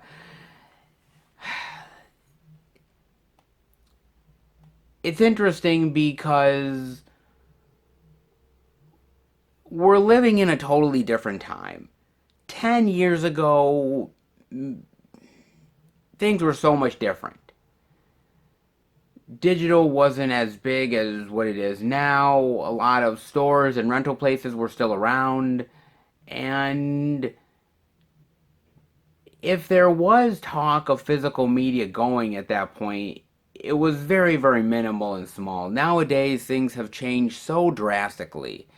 And, you know, you see the warning signs sometimes, but then you see the hopeful moments when there's a lot of media and you think that this is great and good times ahead. As I said, there's no proof positive of one way or the other. It's literally a gamble every single week. And I can't tell you that every store is going to be plentiful. I can't tell you that every store is going to be empty. It's just the luck of the draw at the end of the day. And so I always hope for unique and interesting titles to show off every single week for you. I'm hoping for great physical media. And, when I do these out and abouts, when I do movie hunting, I'm always saying to myself that I want physical media to stay alive. I want it to be this great absolute, importance that these stores are really going to rely on. And I've come to the slow realization that that's just not the case anymore. And I have to understand, just like you guys have to understand, that every week sometimes is going to be a struggle. And sometimes we're going to sit there bashing our head against the wall saying, why can't there be more physical media? But that's the fight that we're in, guys. Think about that for a second. That's the fight that we're in. And I'm glad to be a part of that fight. I'm glad to go to these stores and find every little bit of inch of media for you guys. Every little tiny bit of it. I want to find for you guys because it's almost like gold. It's almost like finding these hidden gems out there for you that are overlooked by the rest of the world, but not by us. We're sort of the little engines that could, in some ways, of keeping these formats alive and keeping them relevant in the eyes of fellow movie lovers. It's not easy. There's going to be frustrating moments. There's going to be moments where you ask yourself, why am I doing this? There's moments where you want to give up. But then there's those really great moments where you find some really unique movies and you find some really cool additions out there in the wild and you say, oh my God, this cannot get any better. And you have to hang on to those moments because those are the moments that matter and they keep you going. And you realize that those moments can still be great and there's many moments of those to come. That it's not the end. That the fight continues and we will still find great media regardless at stores. It may take us a little bit more effort, it may take us a little bit more time, but we will find them eventually. And that's why physical media matters to me so much, is because it really is a fight to really showcase physical media and to really keep it alive and keep an importance on it that it so desperately needs. In times when it's a digital landscape, in times when people have given up, I haven't given up. And I know you guys haven't given up. And as long as we're willing to fight for physical media, as long as we're willing to realize that there can be still great days ahead and that there will be difficult ones, but we can overcome them, then this fight is still a fight worth involving yourself in. And I'm going to involve myself in it as much as you guys will let me. So I'm going to continue to fight for physical media, good, bad, empty, plentiful, it doesn't matter. I'm out there finding the titles for you guys. And speaking of finding the titles,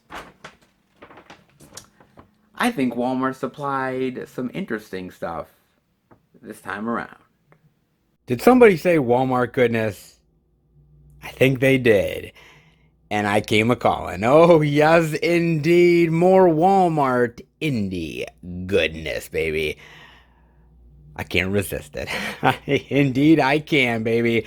So let's dive right in, shall we? With the first title being none other than We Had It Coming. Oh, her web will kill. I like that. Look at that. The spider's web, and they're getting caught in her web. Oh, web of deceit, web of lies, web of death. Yes, indeed, baby. What is this about? Anna seeks to avenge her sister Katya's suicide after Katya became caught in the trap of a pimp and forced into prostitution. After Anna's lawyer tells her there is no evidence to link the pimp to the crime, Anna and her girlfriend Olivia drive to Montreal to investigate themselves. They learn a woman is acting as a recruiter for the pimp and tricking women into going to his isolated cabin. Once Anna and Olivia have located the pimp responsible for her sister's death, they must decide what to do next. And what they do next is avenge his sister's death and kill the pimp for good.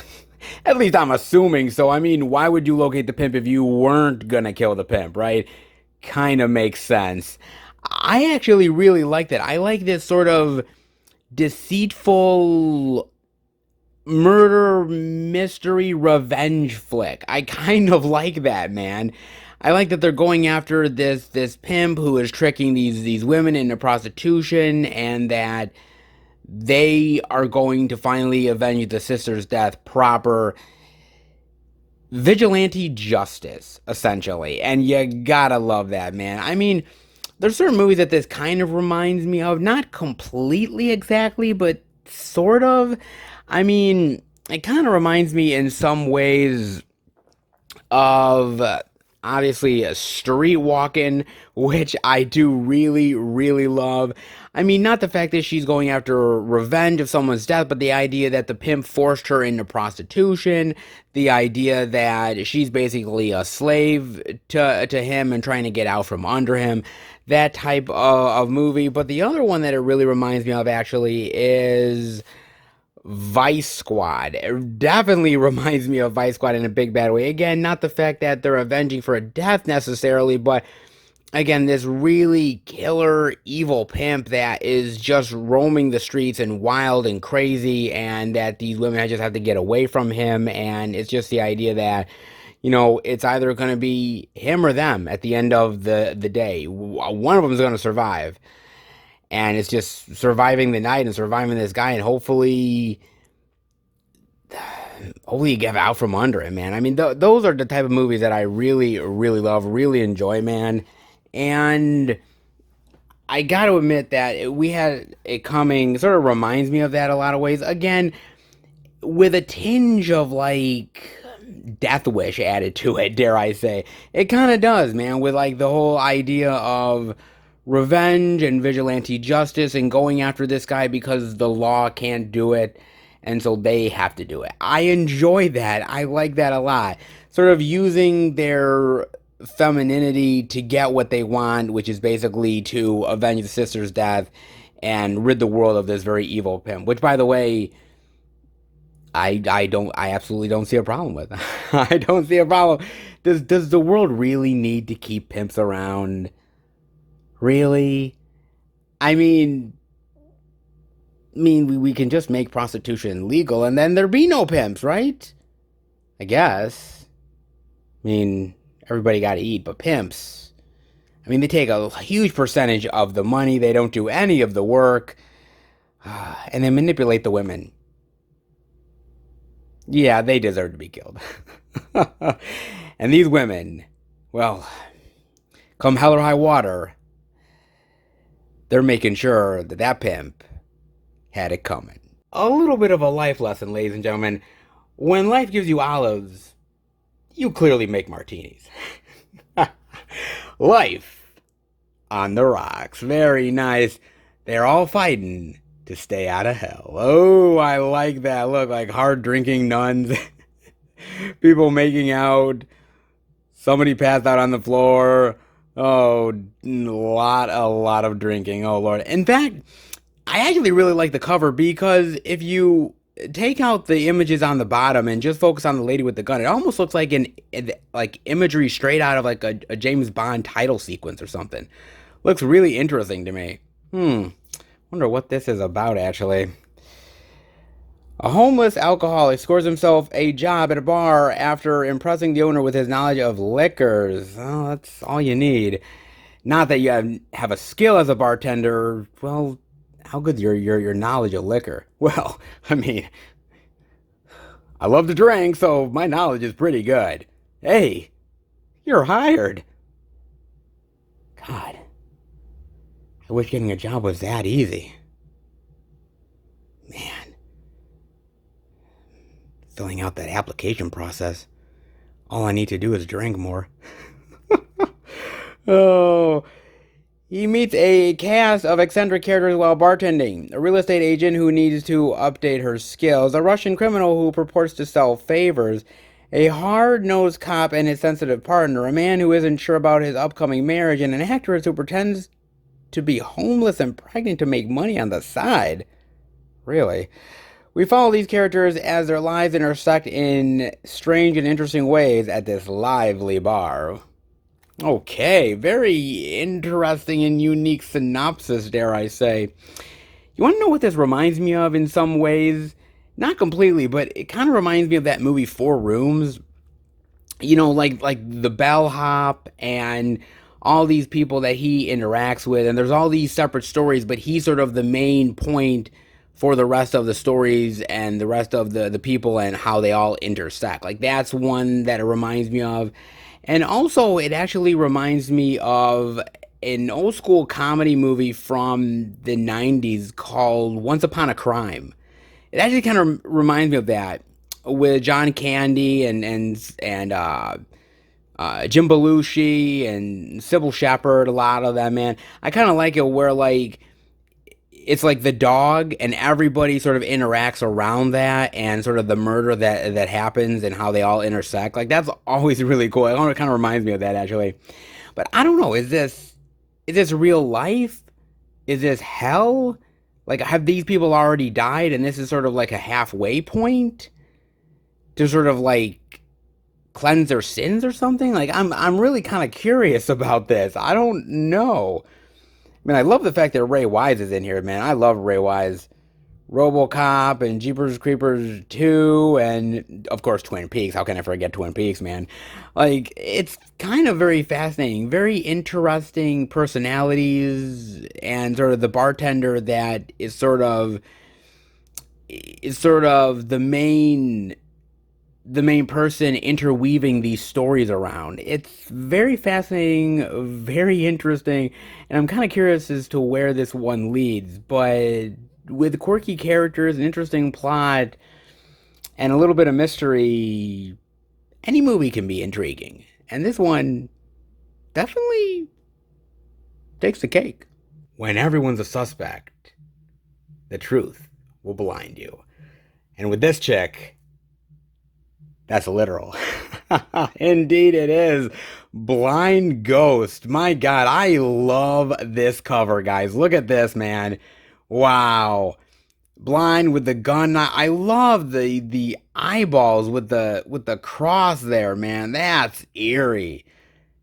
And everyone looks to be a suspect. Oh, I like that. That's a nice cover. I mean, come on. All seriousness, that's pretty cool. I wonder what this is about, man. Lily Chevalier is set to inherit her grandfather's $500 million estate when she suffers an accident that leaves her blind. If she had died, the money would have been split amongst her remaining family members. Detectives believe that someone in her family wants her dead. So Lily hires a private eye to suss out which of the relatives tried to have her off. As she begins to learn Braille, a mysterious supernatural force begins to guide her. This ghostly spirit protects her as she tries to decipher friend from foe amongst her eccentric relatives and friends. Ooh, I like that. A murder mystery meets a little bit of a ghost story. Very intriguing, man. Not gonna lie, very intriguing indeed.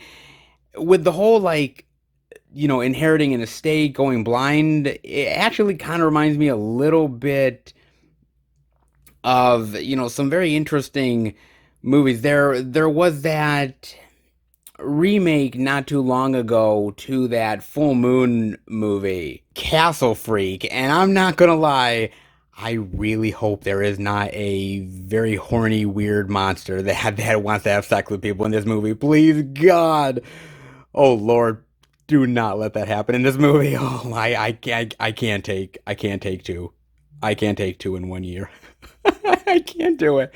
Oh my God, man! Please, thank God, don't.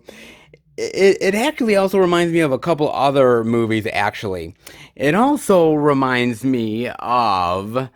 I think you guys might know which one this reminds me of, and that is none other than Knives Out, baby. It actually definitely reminds me of Knives Out, with the family that could be innocent, could be guilty. You don't know exactly who's on your side and who's out to get you. Where obviously the private eye is trying to figure out, who's who, and trying to suss out who is actually the victim and who's the perpetrator. Knives Out, very interesting sort of murder mystery that definitely reminds me of in a lot of ways. But that's not all, because it actually also reminds me of Voices from Beyond. A very great and very underrated Lucio Fulci flick, man. Yes, it does. This is a very interesting one as well. Basically, the rich family and this girl who is going to inherit a lot of her father's assets, and the idea that who exactly killed her father, because he was a healthy man, and trying to figure out sort of who done it, and try to figure that out before she's killed as well, and sort of speaking to her father beyond the grave. Very interesting movie that I really, really enjoy, man. Another really good sort of murder mystery yarn that is quite decent indeed, dare I say. Quite decent, man. Will Blind Ghost actually succeed where they've succeeded as well? Maybe, possibly. It's an interesting idea. It has been done several times, like I just showed you, plus many more times. I like bringing in the ghostly element. I like that it adds a little bit extra intrigue on top of the whodunit. I don't know. This looks actually kind of interesting, with sort of the murder mystery aspect, some sort of ghostly entity that's helping you out, but you quite not sure who to trust or exactly what's going on. And of course, you being blind, how you can't even really see anybody, for Christ's sake. So you really just have to blind trust people. Wah wah. Yeah, I know, guys. This looks intriguing to me. I mean, the artwork's intriguing, the synopsis intriguing. I can't say that I come across many Walmart weirdness that actually really intrigues me like Blind Ghost, but I mean, I'd go into it blind. Hardy har har. But Might actually be a blind journey worth discovering. On to more Walmart indie goodness, baby. Keeps on rolling. So let's get to the next title, shall we? And that is none other than Saltwater. Oh, it's inspired by actual events. What? Jaws meets Dog Soldiers. Oh, wow, that's a tall order, ain't it? They were ready for war, but they weren't ready for this. Oh, damn right. Oh, the battle for Rambry Island. Saltwater, man. Man, you better move your fucking ass, cause that crocodile, he's out for blood, man. And guess what? You on the menu, motherfucker. You are definitely on the menu. Holy shit. Look at that, man. That's a cover. Jaws meets Dog Soldiers. Seriously? Okay. I wonder what this is, man. Oh, whoa, look at that. Holy shit. My God, that fucking crocodile's eyeball is practically the size of that guy's body. Oh my God. Dude, just fucking stab it. Just fucking stab it and run. Oh. During the last desperate months of World War II, an Allied mission to regain Rambri Island off the coast of Burma ends in horror when an embattled group of soldiers find themselves trapped in dense swampland infested with deadly saltwater crocodiles. As the men are picked off one by the hungry reptiles, those that remain resort to increasingly desperate measures to survive the onslaught of carnage and get off the island alive. Let me guess, man. They're gonna sacrifice some of their friends. They're gonna push them into the water. They're gonna go against each other and kill each other and you name it, man. Anything for survival, man. People, let me tell you, we always say, kumbaya. We were always like, hey, yeah, we'll help out one another. But if you got killer crocodiles up your ass, man, you'll do anything to survive. And if the next person that's behind you or on the side of you, if they're vulnerable, if they don't run as fast, if they're a little chunky, come on, you know what you're doing, motherfucker. You're hauling ass and you're leaving that person to die. Let's be real, okay?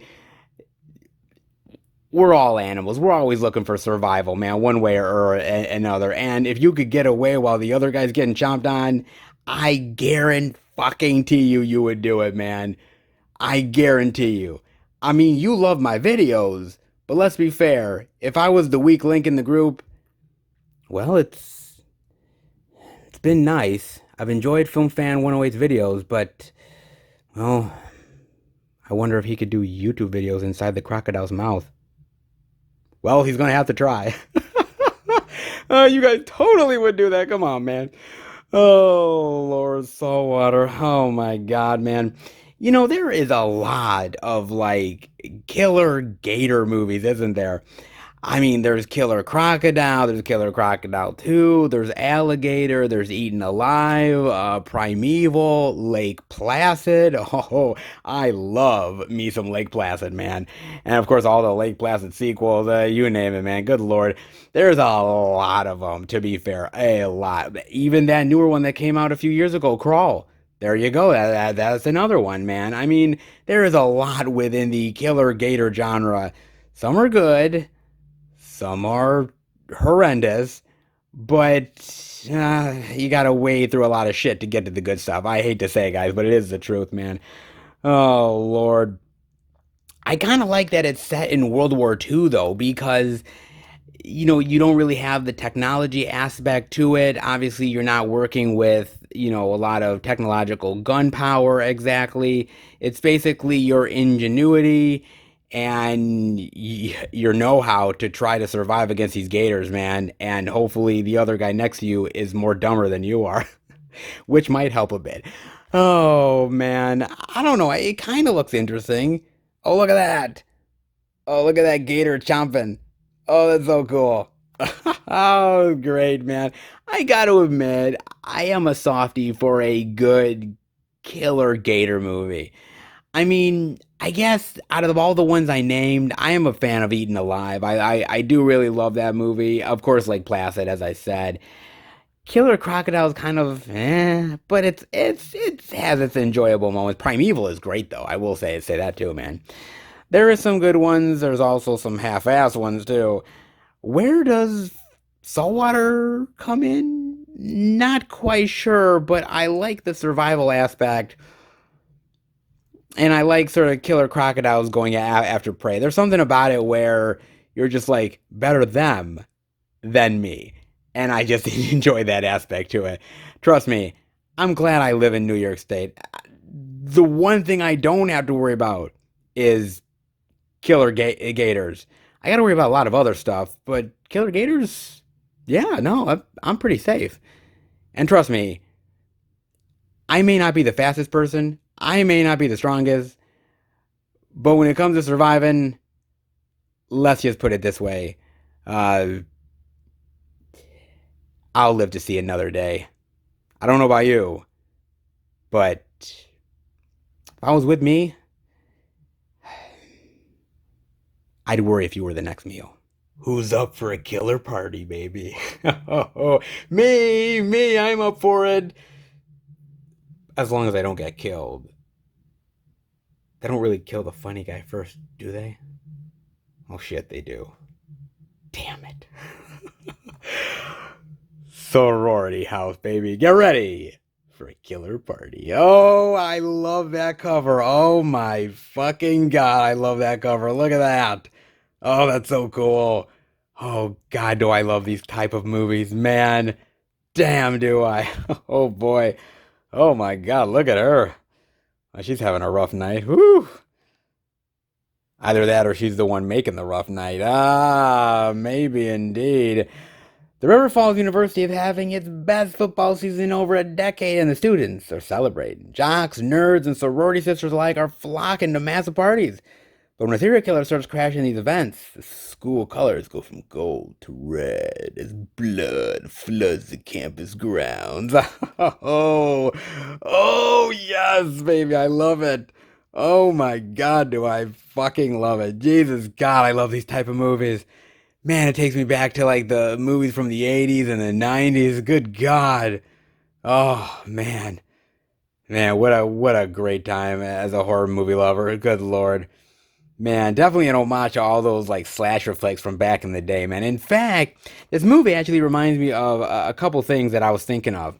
It actually reminds me of, oh yes, I believe, yes, indeed, it reminds me of Terror Train. Look at that. Yes. All aboard if you dare. Oh, baby, I love me some Terror Train, man. It basically is the same idea in a lot of ways of the idea of this stalker killer who's killing a lot of these college students who are on this train having this party. I love it, man. Jamie Lee is awesome here. I love the killer and the costumes. So utterly fantastic, man. Really, really great old school 80s slasher. Love that one. And the other one that I was thinking of that it actually reminds me of is there it is. The House on Sorority Row. Yeah, oh yes, this is a really, really great movie, man.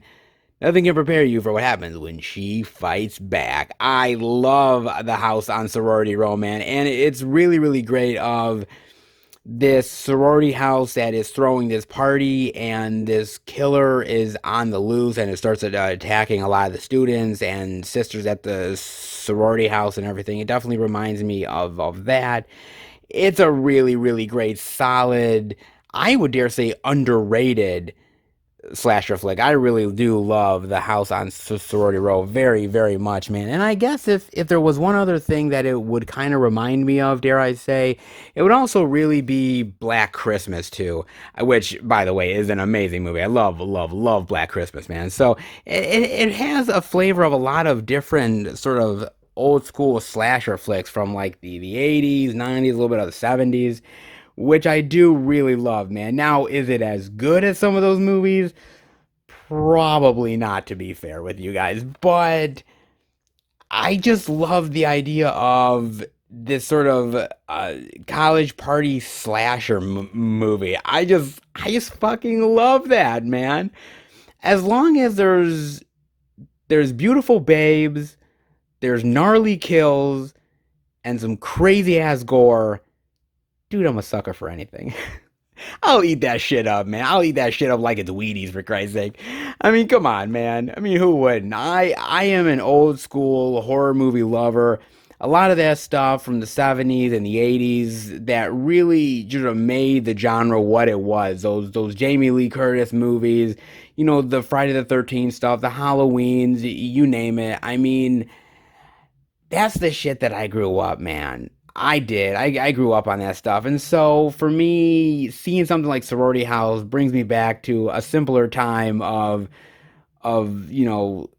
college or, killer slashers where, it's just stupid kids trying to survive a crazy ass killer and all the fun that you can get watching people die. Oh, I know, I'm sick and twisted, but then again, aren't we all? No job is big, no job is small, and no job is impossible unless it's the vault. Yes, indeed, baby. The DVD digital of The Vault. No job is impossible. With Freddie Highmore, Astrid Burgess Frisbee. Interesting cover, but let me ask you guys, does that really look like Freddie Highmore? Oh, no, it doesn't. Oh, that is a really terrible Photoshop job. That is so not Freddie Highmore. I don't know what the fuck that is, but that definitely ain't Freddie Highmore, man. Oh, that's one of those really bad, like, trying to cover up his face. Oh, man. I'm sorry, Freddie, but they did you all kinds of wrong on this cover. Oh, man, they really did. The other ones aren't so bad, but Freddie got the shit end of the stick. Damn. Fuck, man. Oh, nothing can keep them out. Now, I got a chance to watch this on Amazon Prime, and I did it because of Freddie Highmore, man. I actually kind of like Freddie Highmore. Finding Neverland, Charlie and the Chocolate Factory, August Rush. I heard he was really good in Bates Motel, and I actually hear he's pretty solid in The Good Doctor, to be honest with you. So, I was figuring, hey, if Freddie Highmore's in it, and Freddie Highmore doesn't do a lot of movies, at least not any high-profile ones that I really care much about, I wanted to check this one out. Basically, it's about this lost legendary treasure that is found and is put into this vault, and it's this team of different kinds of experts and people who are interested in the treasure who want to basically steal it from the vault. And it's a crazy, impossible job, a lot of complicated factors and ins and outs. And they bring Freddie Highmore in because he's somebody that could possibly have the expertise they need to get the job done. And it's all of the struggles and the complications and all of the hijinks that it takes to unlock the vault. And I got to admit, guys, I really did enjoy this movie quite a bit. I really did. I thought it was a solid movie, man. I love these type of heist movies. I really do. I mean, heist movies in general, I really enjoy. I think that's why I love the Ocean's films as much as I do. I mean, those Ocean's films are not always to be taken as seriously. The Vault is more of a serious heist movie than those ones are. But they're just fun and I enjoy going along for the ride. And they even reference the Ocean's films in this movie. So they know what they're going for. They know what other films that people will sort of reference from them. And I do appreciate that. They know the tongue-in-cheek aspect to this, but yet want to be serious and have sort of a great dramatic thrill ride to it. I love the idea of just diving into this lost treasure and this vault during this great sort of soccer tournament competition, and how you can use the crowd to your advantage, how you can, manipulate the cameras, and also who can you trust? Because some of the team might double cross you. The team is more trustworthy. People have mysterious pasts. Like there's so much really great extra added flavor to this movie that I really appreciated, man. And I thought it just added to the great sense of nail biting danger and the ticking time clock that I really did enjoy, man. I thought this was a solid movie, man. The acting is awesome as well. Everybody does a great job. Freddie Highmore is really solid here. Plays this very sort of fresh faced boy who wants to do more in his life than just be an executive at a desk, and sees an opportunity to really do something that he may never get a chance to. And all the other actors here as well. You also have Famke Janssen here, but I'm going to be real with you guys. She maybe has like 5 minutes of screen time, if that. So if you're looking for her to have a meaty role here, yeah, think twice, because that ain't going to happen, man. But I think everybody else does a really solid job here. Everybody is top notch, and I just really love that the movie keeps you on the edge of your seat. You're always sort of wondering how they're going to get away from this certain situation, and it's always like, you're seconds away from being caught, or oh my god, like you're doing some death-defying stunt that you shouldn't survive. Like that's what I love about these heist movies, and that's what I love about the Ocean's films. And this sort of takes it into a more serious way, but it's very reminiscent of those Ocean's films. The movie has fun, but it also is very dramatic and very serious in moments. And there's a lot of twists and turns, things you see coming, things you don't, but all of it's really enjoyable. It feels like a long movie, but at the end of the day, you have fun and you enjoy it. And if you like heist movies, and I mean, come on, who doesn't? The Vault is something you guys definitely gotta check out. I mean, Freddie Highmore is good in it, and you get a good little heist yarn. How can you really resist? I mean, come on. All right, yeah, his face looks like garbage. That's definitely not Freddie Highmore, but uh, it can't all be perfect. Oh, look at that! Oh my God, that so does not look like Freddie Highmore. Come on, guys, seriously, like he looks okay. She looks well. She even has a gigantic head. Look at that. Like compared to her neck, her head looks like a fucking balloon. Jeez, God. Jeez, I can't even get the artwork right. I mean, the movie's good, but the artwork's shit. Nah, you can't win them all. Oh man, really solid movie though, guys. Artwork aside, really solid one, man. And wow, man, really solid Walmart indie goodness, man. Dare I say, when Walmart puts out the indie goodness, they definitely deliver. See, the pimp did have it coming. Just saying.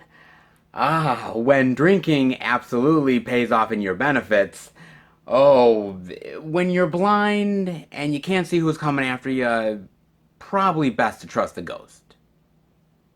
Makes sense. Oh, yes. Look, when you are being chased by a killer crocodile, remember, make sure that the weaker one is behind you, because that way, while they're picking their teeth clean with his bones, you might be able to get away. Might. Probably not. Oh, you know, if you go to college, make sure that you stay away from the sorority house parties. They could be a real killer.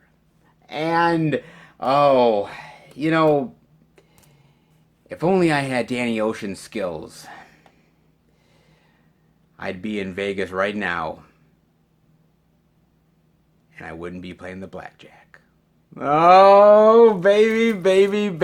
Walmart indie goodness. So damn good. So damn worth it, dare I say. Love it, guys. Love it absolutely so much. I do, man. Let me tell you something. This is the reason why I do some of these videos, man, is because it is so cool to check out physical media, man. It is one of the best things ever. It truly is. When you are in a store and you get to check out the different titles and the artwork and what is this? I've never heard of that before. There's something about checking out something new and interesting and unique that makes movie hunting, that makes going to these stores worth it every single time, right? Yes, you can see all of the same typical stuff, the big Hollywood blockbusters, everything. They're going to be there. And I'm glad that they're there. Everything deserves love, but to see those little gems, those movies out there that you're just like, ooh, this is really weird. I'm kind of curious about this one. And it sort of gets your imagination going. You watch the trailers, you might find something interesting along the way. It's these little gems that make physical media worth it. I love the big Hollywood blockbusters, the big movies that come out. I love them. But it's those little ones out there that really is worth taking a gamble and worth venturing into.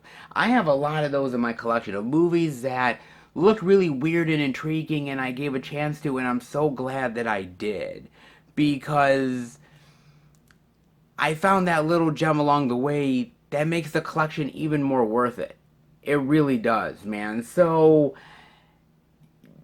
good, bad, Walmart weirdness, it doesn't matter, because every title deserves at least a shot in one capacity or another, and these titles, man, they're pretty intriguing, dare I say. Not all of them can be winners, but all of them can be oddly fascinating. And you gotta love it. You just got to love it, man. Oh, I love diving into all of the weirdness and the oddities. It just makes the adventure more intriguing, doesn't it? You just never know what you're going to dive into. And when you do, man, is it just... it's a blast. It just truly is a blast, man. I hope you guys agree with me. All that just indie title goodness coming out of nowhere, hitting your eyeballs, and hopefully finding a title or two that interests you. I hope so, guys. I hope indeed. And not bad physical media adventure so far. Some really intriguing titles, but there is one more location to go to, and let's hope that that location delivers yet again. All right, everybody, we are at our fourth and final location. And after a pretty solid physical media week, dare I say, it's nice to end with a little beast action. Dare I say. Yes, we are at our next location. That is none other than... oh, the Beast. Best Buy. The Beast, baby. Actually, this week kind of started out a little rough, dare I say, and it's actually gotten better and better and better. We've seen a lot of really great media from the second location on, and could we end it with a really great time at Best Buy? Let's hope so. Maybe an exclusive or two, maybe things we haven't seen yet. It's always possible. Sometimes this Best Buy is a little bit of a gamble, but maybe this week will show Best Buy's true physical media pride. Let's hope, guys. How about we go in and check it out? All right, everybody, we are under the new releases at Best Buy, and oof, it's looking a little rough. There is some stuff to check out here, but I gotta admit, man, they have sold out all of Raya and the Last Dragon. Holy shit, all of it, man. I mean, some of it is the Croods, but most of it is Raya, man. Damn. I don't know whether this was the Redbox Bandits or whether customers just came in here flooding for Raya and the Last Dragon. But yeah, Raya and the Last Dragon is getting very popular on physical media, and a lot of it is being bought out because it's that goddamn good of a movie, man. Damn, pick it up while you can, because whew, man, is it going. Damn. You'll notice Tom and Jerry isn't going, though. Just saying. There's a difference between Raya and Tom and Jerry. Yeah, not many people like Tom and Jerry, just saying. So, wow. Man, Raya has, man, been flying, dude. Holy shit. But that's really not all I wanted to show you guys. I also wanted to show you the Courier. Yes. the Blu-ray DVD digital for $21.99 with my man Benedict Cumberbatch, baby. I gotta say, I am slowly but surely becoming a Benedict Cumberbatch fan. I really honestly am. That guy is awesome. He really is as an actor. And it's interesting because early on in his career, right, he was doing a lot of British miniseries and, not that well-known, period dramas, and you name it, just small stuff for any actor to survive, right? And really, honestly, it wasn't until Star Trek Into Darkness when he really became very prominent and his name became a little bit more wider known. Obviously playing Khan, yes, the infamous Khan. Well, let's be real. Star Trek Into Darkness isn't really all that good of a movie, and his turn at Khan was not terrible, but not nearly as good as Ricardo Montalban, dare I say, but it was a high-profile movie. He had a big starring role, and it made a lot of money. So his exposure really became out there in a big bad way. And then, of course, he was in some of the Hobbit films of playing, of course, the main dragon. Not really his face, but motion capture and able to really, again, high-profile movie, get his name out there to the masses. Of course, look, I think for any actor, right, I don't care whether it's Benedict Cumberbatch or Gal Gadot, you name it, Jamie Foxx, whoever. Maybe you don't always like the high-profile movies, to be fair, but the reason why you do them is to get name exposure, to get yourself out there so that other people get to see your work and they get you in more roles. And he definitely did that. And I think he's done a lot of really great stuff since then. I mean, he's done The Imitation Game, the small role in 1917. Of course, he even had a small role in Tinker Tailor Soldier Spy, which I totally forgot about until I was looking it up. I was like, oh yeah, he was in that movie, right? Yeah, I was so bored with that movie. I didn't even think to even recognize the guy. I mean, I don't think I would have back then, but still, it's kind of fascinating to think he was in that movie. I mean, that, of course, I talked about The Mauritanian that he was in, and he did a phenomenal job in that movie as well. He was really, really, really great in a solid role also. I think he's just one of those actors that really gives it his all, man. And it doesn't matter really what role it is. I mean, even if we were talking about Khan, he still gave it his all. Doing the motion capture for the Dragon in the Hobbit films, he gave it his all. You see behind the scenes stuff, and he was really pushing himself with the facial stuff and really wanted to give them everything they possibly could. Even as Dr. Stephen Strange, which, by the way, most people would know him from those movies, he still gives it his all. Look, honestly, with a lot of these Marvel characters, there's a certain level of camp that you can play it as, and I don't think Benedict Cumberbatch wants to play it as camp. I think he wants to play it in a very serious way, take this role very serious, play it as a very damaged man who's got a second opportunity at life and learning the mystic arts, and there's something about it that he really gives it his all on. And I appreciate that. Some actors do it for the paycheck, right? And you can tell. Let's be real, guys. When you're watching a movie, you could tell that they're doing it for the paycheck. I mean, as much as we all kind of like Bruce Willis from back in the day, you watch some of his newer movies, you know he's doing it for a paycheck. He doesn't care. Say what you will about Benedict Cumberbatch, but whether you can actually say his damn name or not, whether you like his acting, you got to appreciate the fact that the man does give it his all in every single role. He really honestly does, man. And The Courier is no exception. It truly isn't. He was awesome here. Truly, truly awesome. And I can't wait to see what he does more as an actor. Not just for what he does going forward with Doctor Strange, but what he does going forward with some of the other roles that he's going to do. Because as much as the Hollywood films are great, I really appreciate movies like The Courier and 1917, The Mauritanian, and a lot of those other movies, because it gives him more of a chance to spread his wings acting-wise and really showcase himself. Those other movies, spectacle movies, as good as they sometimes are, sometimes it's limited what you can do as an actor, where movies like this really showcase him in a big bad way. So I think he's absolutely great, and I really do. And I hope he takes on more roles like The Courier that really show how versatile he can be as an actor. Even movie like The Current War, which I really appreciate, man. I think he's awesome in The Current War. It really stretches him as an actor, and I think any good actor, any actor worth his or her weight in gold, wants to be challenged as an actor, and I truly feel that he's going to take on more of these types of roles. I really do, man. You do get On the Brink making The Courier. Not half bad, man. Now, what's really fascinating is this is a based on true story movie, but I heard the idea that, you know, these characters that are real life characters, that a lot of the conversations between them and their friendship is still classified to this day.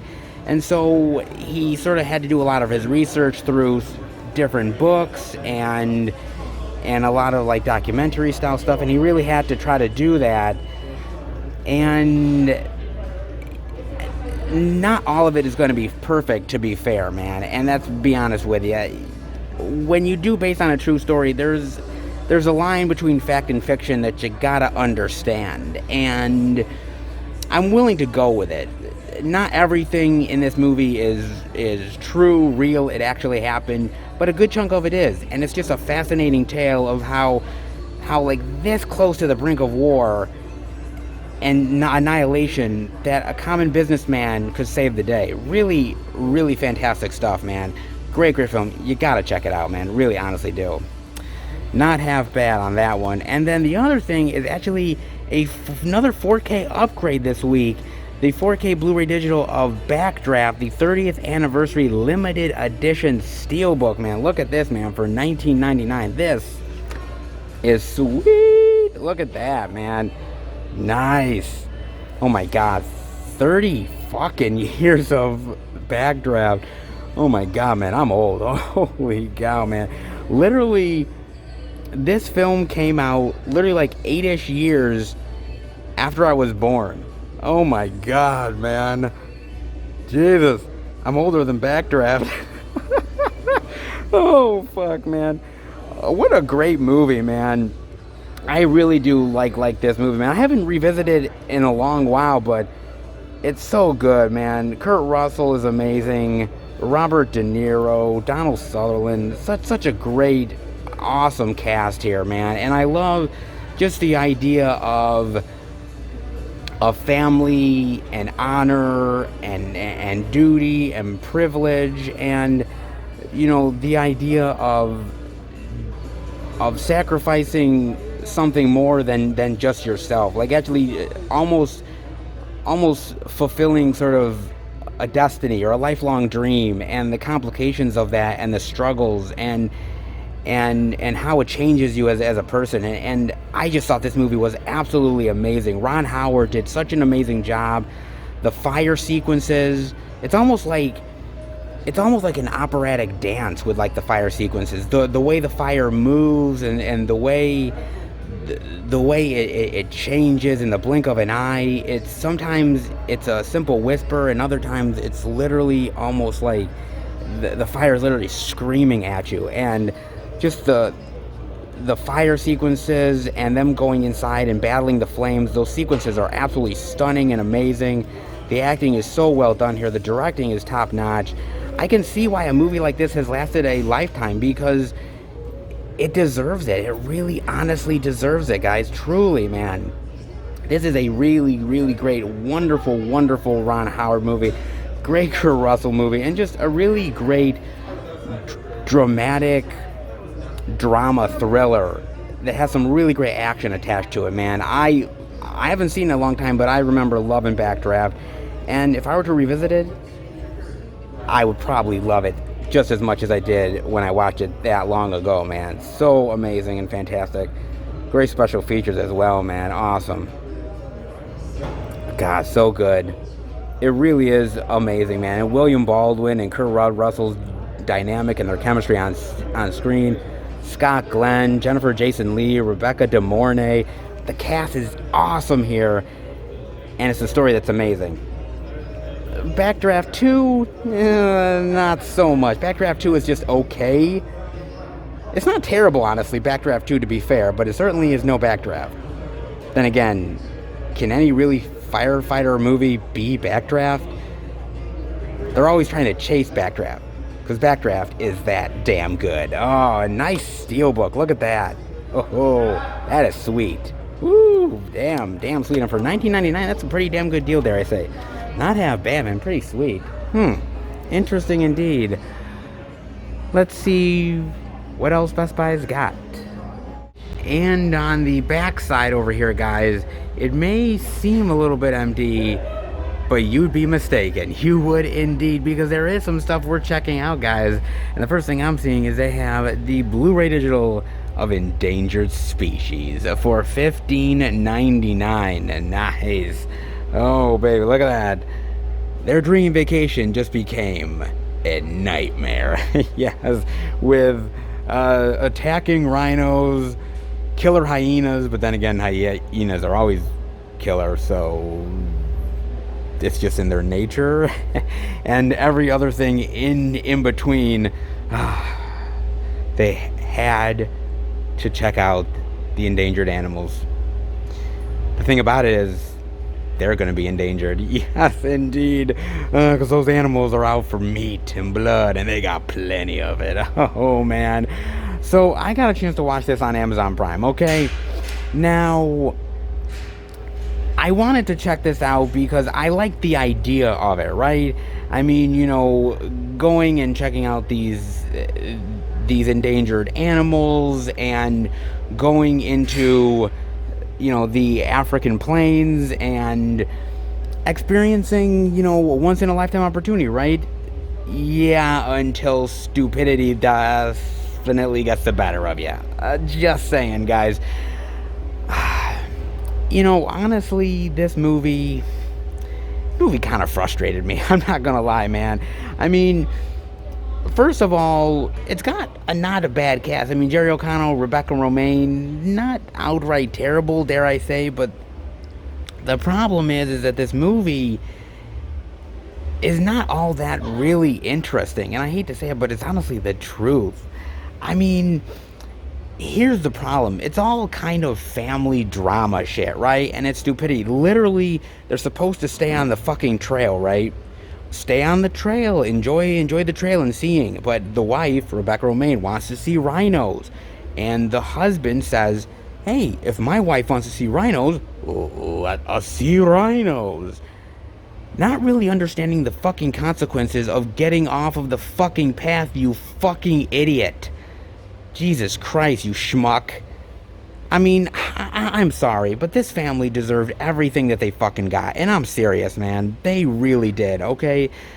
It was just this petty family drama bullshit. It's a bunch of stupidity. And I just wanted the animals to really just eat their asses. I really did, man. I'm not gonna lie, dude. And then you have this subplot of, like, these poachers. One of them played by Jerry O'Connell, because I can really believe Jerry O'Connell is a poacher. I mean, you know, the last time I saw him, he was getting his dick chomped off by piranhas, but sure, whatever, he's a poacher. So I'm like, okay, fine. Man, I was really just not liking this movie. On top of all of the family drama bullshit, and not really even showing a lot of the attacking sequences, which really kind of pissed me off too. I'm not gonna lie, the CGI here is pitiful, man. They have CGI for the rhinos and the hyenas, and it looks terrible. Like, we're in 2021, man. If you can't do somewhat decent CGI animals, then don't fucking do it at all, man. Just try to do something a little bit simpler and better. But, man, you just really just made a shit effort. You really made a terrible, terrible shit effort. It is so god-awful, man. I really thought this thing was pitiful in a big bad way. I really, really did, man. And it's interesting because it's directed by MJ Bassett. Now, MJ Bassett directed Silent Hill Revelation, which, by the way, is not that good of a movie. Silent Hill Revelation kind of blows. But he also directed Rogue with Megan Fox. And I actually really like Rogue with Megan Fox. In the African plains, and there's a hostage situation, and this elite team comes in, led by Megan Fox, you know, who who has some really major PMS issues, and I really enjoy that one. And MJ Bassett seems like a guy who is very much into activism and saving the African plains and the animals, and I appreciate the effort. But the way he kind of goes about it with some of these movies is kind of odd. Like he does it, but it's not really. I mean, I appreciate it, but doing it in these sort of shitty straight to DVD Blu-ray movies, I don't know, really helps the cause, man. I'm gonna be real. I mean, it's nice that he tries, but I would rather see him do sort of a documentary on it, like some sort of hard-hitting documentary, instead of doing a stupid, family drama with rhinos and hyenas. I'd rather not. I mean, I'd rather see Jerry Connell get his dick eaten by piranhas again. I really would. I mean, come on, man. I mean, the thing about it is that, you had a movie like Roar back in the day. Do you remember Roar with a young Melanie Griffith, man? Oh, yeah. That is a great, great fucking movie, man. That's a wild movie. And the crazy thing about it, it was all real. Like those lions and the tigers and the elephants and you name it, they were all real. And it's kind of like a family drama, truth be told, but it's so fascinating because it's real, and these people really got attacked by that shit. And after you see Roar, it's movies like Endangered Species that don't ever really live up to the legacy. You know what I mean? It's like you can never be as good as Roar because Roar was the real thing. They really got attacked, man. There was true stories of, like, the crew getting fucking scalped, man. Jan de Bont, the director Jan de Bont, he was one of the crew on Roar, and he actually got scalped and survived. Yeah, it's real, man. And one of the main actors, man, he's fighting with the fucking lions and tigers, and I think they ripped Melanie Griffith's face, and it's in the movie. Like, I mean, my God, man, that's crazy and it's brutal. But it's real, and that's what makes it so fucking fascinating. When you just have CGI rhinos and hyenas around, and they're CGI, and you can tell, it takes away from the danger and the immediacy of it. You know what I'm saying? It's not a terrible, terrible movie, but it's just stupid characters doing stupid decisions, fighting over stupid shit, and deserving to die, man. And that's it. And God, I just... They don't make them like Roar anymore, okay? They just don't, and they never will, okay? Cherish Roar, because unfortunately we get movies like Endangered Species now, which the movie itself should be an endangered species. Just saying, guys. I mean, you got great special features here. Director commentary with the producers and the actors, cast interviews. I mean, shit, for really great movies, you barely get some special features, but for Endangered Species, we get great special features. Of course we do. I appreciate the effort, but let's hope that somebody takes all the copies of Endangered Species and, makes them endangered. Then I'm seeing they have the Blu-ray of Embattled for $17.99 from the writer of American History X. You don't say. God, country, family, fight. Ooh, look at that. Look at Steven Dorff, man. Really grizzled with a beard and ripped. Yeah. I wish he was still a vampire, damn it. Why can't Blade and him go round two? Seriously, why not, man? Whatever. Oh, what is this about? Some interesting MMA drama? Possibly? Raised by an abusive father, Cash channels his aggression to become a world champion MMA fighter. Accustomed to wealth, adulation, and global popularity, he faces a new challenge with his second son, born with Williams syndrome. So rather than stand and fight, he runs. Oh, really? Well, Cash continues to make his fortune in the ring. Footsteps. Oh, father versus son. Get out of here, seriously. It's a path that's going to lead to the father battling the son. Who will reign supreme? Who will prove their worth. Yes. Oh, very nice, man. Nice. I kind of like that. Sort of a great family drama wrapped up in an MMA fighting experience. Very, very interesting, man. I'm kind of liking that, man. You know what this movie really reminds me of, actually? It reminds me of that movie Warrior with Tom Hardy. Yes, it does, man. And that was a really good one as well. That was brother and brother, but still, I like the drama of it. I love the MMA fighting sequences. I thought it was really, really well done, man. I don't know if Embattled is going to reach the levels of Warrior, but if it got close, I'd still be happy, to be fair, man. I mean, and I do like Steven Dorff. Mind you, Steven Dorff has made a lot of missteps as an actor. I've appreciated some of the stuff he's done. Other things I've kind of been like, I mean, Blade is great. You know, and I know he was in that movie Somewhere, which is pretty decent as well. He's done some iffy things in his career, some roles where I felt that maybe he wasn't really the best in them, but I give him credit. He's still a decent actor regardless, man. I still appreciate him, and it looked like he really got cut and ripped for this one, man. Especially with the beard and everything, it really looks great, man. I kind of like father-son drama, you know, heading towards a sort of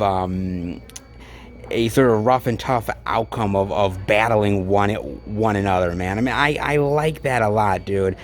I like the sort of family drama wrapped into that, whether it's a boxing thing like Rocky or whether it's an MMA thing like Warrior.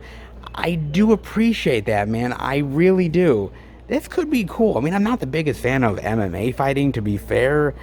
I don't watch a lot of MMA fighting, but I know it's hugely fucking popular, man. Like, I mean, Joe Rogan, before he did the Joe Rogan podcast, like he made a shit ton of money basically doing announcership for MMA fights. So it is hugely popular, man. I mean, they literally had like a TV series on Spike or something about, like, you know, up and coming MMA fighters. I mean, it's a big thing.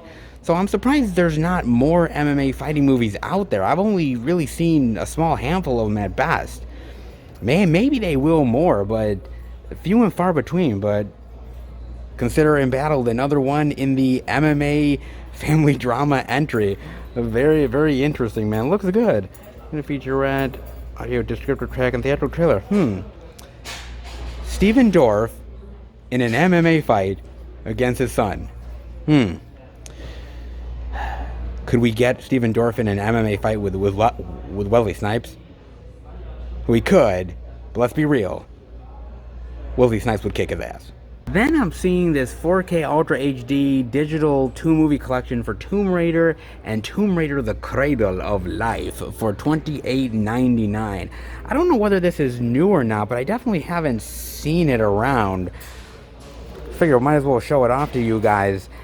Some interesting Tomb Raider 4K love. Angelina Jolie Tomb Raider love. Yes, indeed, man. You know, I'm going to be honest and real. I think these Tomb Raider movies, the ones with Angelina Jolie, are just okay. They're not great. I mean, I actually kind of like the first Tomb Raider more than Tomb Raider Cradle of Life, to be fair. I will admit, I thought Angelina Jolie, when they cast her as, you know, the main lead character, Lara Croft, I always felt like she was like a really great fit for the role. She has the look down, she has the body, you know. I think she has definitely the acting chops, and I think she can pull off the action pretty well. I think she can do a good job, guys. I just don't really know if they really did as good of Tomb Raider movies as they could. It felt a little campy, it felt a little sort of cliche. I always thought that Angelina was a good fit, but I don't think the movies ever did her right. Am I wrong in saying that? I don't know. I just kind of felt that way exactly. I don't know. Just my thought. I just don't think they really did her as well as they could have. Now, the Tomb Raider remake, I actually quite enjoy that one. I actually think that's really solid movie, man. I think that's a great Tomb Raider movie. I know it didn't do, you know, like amazing at the box office, but I think a lot of people have found it since and have really appreciated it. And I do know they're making a sequel to that. Well, At least I hope. There's been talk about it, which I want them to, because I think it would be awesome, man. I think the potential is there to make really great Tomb Raider movies.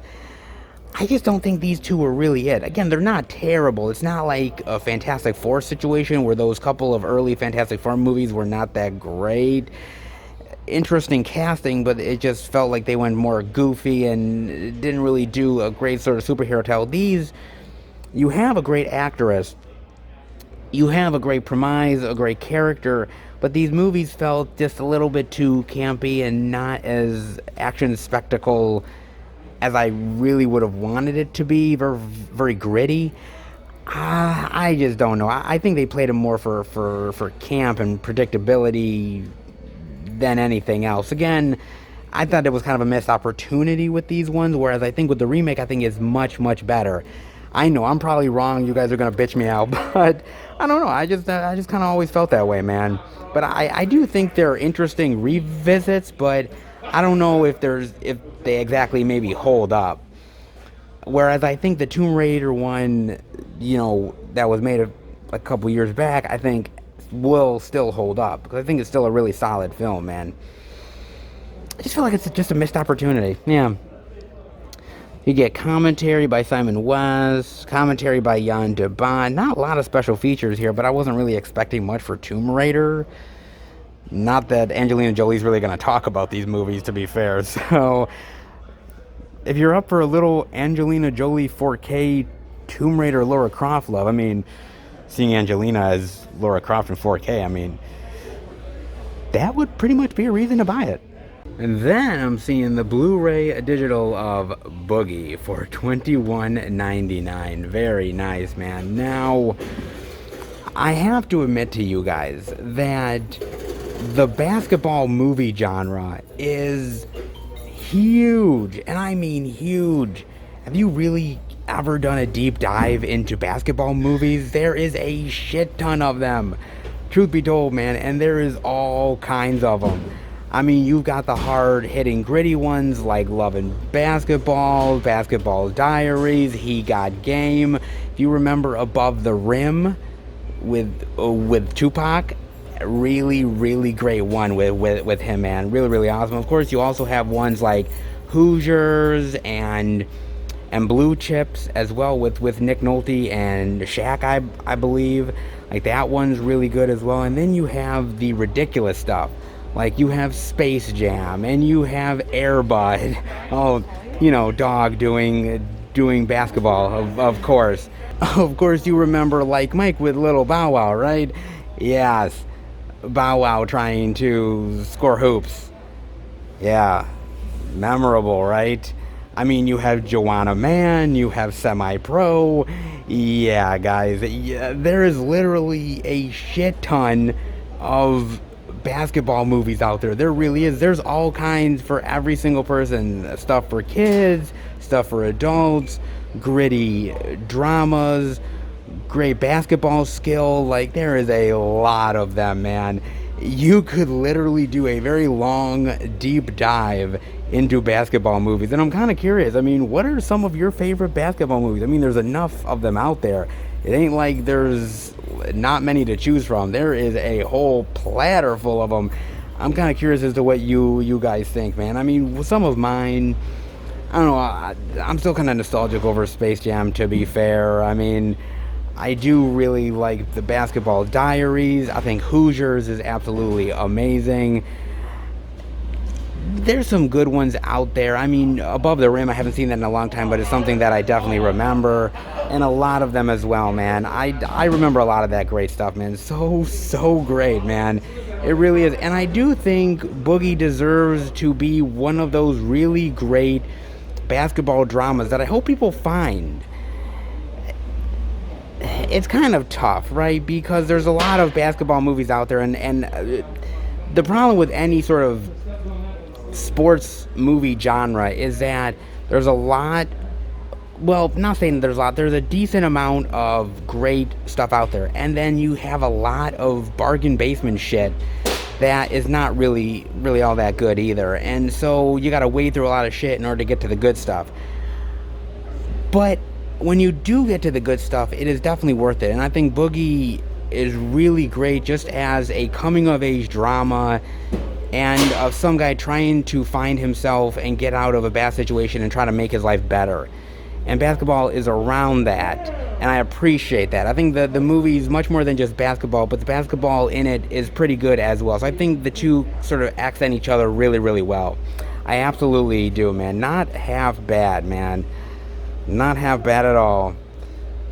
I have a couple of really good special features as well. Shout out to Pop Smoke, trailer, The Road to Boogie Town. Not bad, man. Not bad at all, dude. Pretty solid basketball movie if you give it a chance. I mean, basketball players come and go. Basketball movies last forever. Well, unless you're Dennis Rodman, and then you'll make really shitty action movies with Jean-Claude Van Damme that no one remembers. Really good move, Rodman.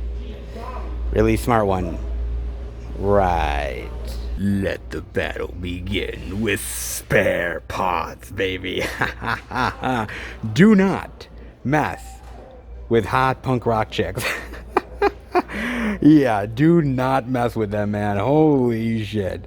Wow. What a really, really very, very wild movie, man. So, I got a chance to watch this thing on Amazon Prime, right? And I didn't really know what to expect with this movie, to be fair, guys. I really did not know what to expect with this one. I heard the premise, and I'm like, okay, this punk rock band who ends up getting captured, and they're now, like, having to fight in this arena against other people to try to survive against, this sort of cult community. I was like, what in the world is this, man? And just from the premise alone, I had to give it a shot, man. And wow, oh boy, did I. This movie. So I gotta admit, this movie, like, I went into this not really knowing what to expect. There was no, like, good expectations. There was no bad expectations. There was just, I gotta check this thing out and just go for the ride. And I'm so glad that I did, guys. Truth be told, this thing is all kinds of awesome. And I mean that. It is fantastic. Because right off the bat, these chicks are badass, right? They're kick-ass. They take no shit from anybody. And they stand their ground. And that's what gets them into this sort of tournament, because they're looking for these survivors, these people who will be good to sacrifice to the gods. And you're like, what the fuck? And these chicks fit the bill in a big bad way. And it's just a fight for survival. And I guess the best way that I could describe this movie to you guys is it's a mix of Rob Zombie's 31 with Eli Roth's Hostel. And that's the best way that I can describe this thing. And when I say Rob Zombie's 31, usually that would be a bad thing, because I'm not a fan of 31. I'm not a fan of Rob Zombie's movie there. I just thought it had a really great idea, but I thought the execution was all wrong. I really did, man. And so I was like, comparing it to 31, but I honestly think this is a better version of what 31 is. And I really do mean that, man. I think this is what 31 should have been. And as far as the hostile part, it's the idea of these people getting taken and being manipulated and experimented on. And it is bloody. And it is gory. I mean, when they end up exchanging their arms and their legs for, like, machinery, you get to see the bone. You get to see them rip, the flesh off and the blood. And when they are in the tournament and killing one another, they do not hold back on the gore. You see the blood. You see the gory bits. You see the instruments going into the body and coming out of them. Oh yeah, they do not hold back on this movie, man. This is awesome. And I mean that, man. It kind of reminds me almost even a little bit like Doomsday or something. Like, it really does. Like Like badass chicks fighting for survival, badass rock soundtrack, badass fight sequences, kick-ass babes, and just a lot of really messed up sort of genre grindhouse goodness, man. I mean, there's literally a scene where this chick is pregnant. And I'm going to kind of spoil this just a little bit. It's early on in the movie. This chick says she's pregnant, right? And she's a little bit far along, a little bit of a fetus, and she's one of the people that is in the arena fighting. And they said, well, she's pregnant, you can't let a pregnant woman fight. And they're like, well, you're right, we can't let a pregnant woman fight. And that's when they hold up the fucking jar. They took the fucking fetus out of her. Jesus Christ, they show it. And I'm like, oh my fucking God, did they just do that? Like, fuck, like this, like when you see a movie like that, like a scene like that in a movie, you're like, okay, they're not playing around, man. They mean, like, these people don't give a fuck. They are gonna do whatever they do to have these women fight, man. And I just love it. I like that it's sarcastic, it's in your face, it's uncompromising, and I just think it's a hell of a fun time, man. I fucking love Spare Parts, dude. This is what 31 should have been like. They don't have a big budget. They don't have a lot to work with. But they use it in the most creative and imaginative and kick-ass ways, dude. And I appreciate this so much. If you guys have not heard of Spare Parts, please watch it. You guys will not be disappointed. This movie is all kinds of badass, kick-ass, such gore, grindhouse goodness. It really is. As far as like a surprise movie so far of 2021, consider Spare Parts like one of the most surprising of them all. It is amazing. And I had a ball with this movie. I really did, man. You get director and cast commentary, interviews with the cast, fight training, and a photo gallery as well. This movie is amazing, dude. I mean, take all of the horror, sort of sci-fi, post-apocalyptic ideas, take 31, take, moments from Hostel, and sort of put them in a blender. Put them in a blender and mix it up, and you have got Spare Parts. One of the best kick-ass, badass, gory, good times that I've had in a long-ass time. So all you really need to do, guys, is pay $15.99, and the pass can kill you too, in Trigger Point. Yes, indeed, the Blu-ray. Oh, nice, with Barry Pepper, man. I like Barry Pepper. I really do. He's a pretty decent, solid actor, man. One of my favorite roles of his, no lie, you guys are probably going to kill me for this, but is actually Battlefield Earth. He's so good at Battlefield Earth, man. Yeah, it's not that great of a movie, but fuck it, I still like it. Oh, man. To uncover the truth, he must remember the past. Oh, what does he have to remember? Nicholas Shaw, a disgraced former U.S. secret agent who suffered memory loss at the hand of captors, is dragged back into the darkness shadows of the spy world when he is enlisted by his former partner to help find a missing colleague. Oh, intriguing. Nicholas's skills will be put to the ultimate test as the two men try to unravel the mystery behind her disappearance before it's too late. But to unravel the truth, Nicholas will need to remember the past. Doing so might also be the key to clearing his own name. Oh, I like that, man.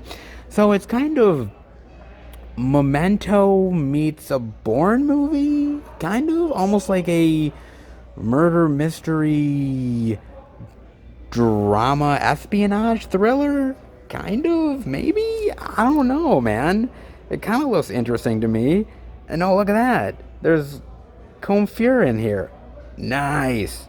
I actually really like him, man. He was awesome in the Chronicles of Riddick. I love him in that movie, man. And also, he was really great as one of the Frost Giants. Actually, the main Frost Giant in Thor. He was awesome in that, too, man. Yeah, he's a really good actor, too, man. Yo. Actually, not bad. Some good actors in here. I like the idea of memory loss and the idea of clearing your name and a mystery and who can you really trust. I like that aspect to it. Trigger Point. Not half bad, man. Looks like a solid little espionage thriller. Are you looking for cool cars, beautiful women, Jackie Gleason hilarity, and Burt Reynolds' mustache? Well, come no further, ladies and gentlemen. The 4K Blu-ray digital of Smokey and the Bandit for $21.99. Yes, it actually finally officially got released this week, guys. But had you been keeping up with my out and about, you'll notice that I actually showed this title off like 3 to 4 weeks ago. It's actually been at Walmart, crazy enough, man. I know, wild, right? Like this didn't get an official release until today, but honestly, if you were at Walmart, luck of the draw, they actually did have the 4K, man. I don't actually know how Walmart could actually do that. Release a movie in their stores that technically isn't supposed to come out for another few weeks. That's really odd to me, man. But fuck it. I mean, Walmart gets away with it. What the hell can I say, man? Nobody else does, but apparently Walmart does. Man, but if you were waiting for the official release, yeah, Smokey and the Bandit finally comes out on 4K, man. And what a really, really great movie, man. This is, I mean, there's a reason why it's a classic. I mean, truly. I mean, Burt is absolutely fantastic here. Sally Field is gorgeous and beautiful, and the chemistry that they have together is off the charts. Jackie Gleason is hilarious here, man. This is one of Jackie's best roles by far, and the quotable lines in this thing. Oh my God, man. Like the lines that you could quote off of this thing, almost every line is practically iconic at this point. Like, Junior, when we get home, I'm gonna punch your mama in the face. Oh my God, and so much really great lines. I mean, the cars and the action and the funny one-liners. I mean, they did it before a lot of other people did it, man. And Burt just, from this role alone, instantly became iconic, man. Instantly. I mean, and the look with the stash and the cowboy hat and just the cowboy look. I mean, other people did it before Burt, but let's be real, Burt perfected it. I mean, he really did, man. He was absolutely awesome, man, here. And it's just such an awesome movie. Any movie lover, and I truly mean this, worth their weight in gold. There's certain movies out there that need to be seen.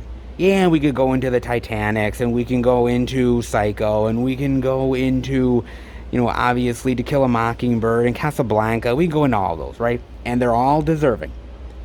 But come on, Smokey and the Bandit is just as deserving too. You just have to experience Smokey and the Bandit, and your life will be ever-loving complete. I swear. And there's a lot of other movies that have tried to do it like Smokey and the Bandit and failed. Right? I mean, they had that really terrible one. That movie that was Sean William Scott and Johnny Knoxville was in. I totally forget it. It was a remake of that sort of old TV show. And it's just so forgettable and so fucking terrible, man. I mean, Jessica Simpson, you can't act her way out of a wet paper basket. And shockingly enough, Burt Reynolds was in that motherfucker, man. Damn. Burt. Fuck, man. Jeez. The highs of Burt and then the lows of Burt Reynolds. I guess everybody needs a paycheck. Even Burt. Oh, man. God, this is such a really great movie, man. And nobody does it like Smokey. I mean, yeah, I'll say Smokey and the Bandit 2 is pretty good. Smokey and the Bandit 3, it's not terrible, but it ain't great. And then all of those straight TV movies that they did, which were just fucking god-awful. Yeah, good lord, man.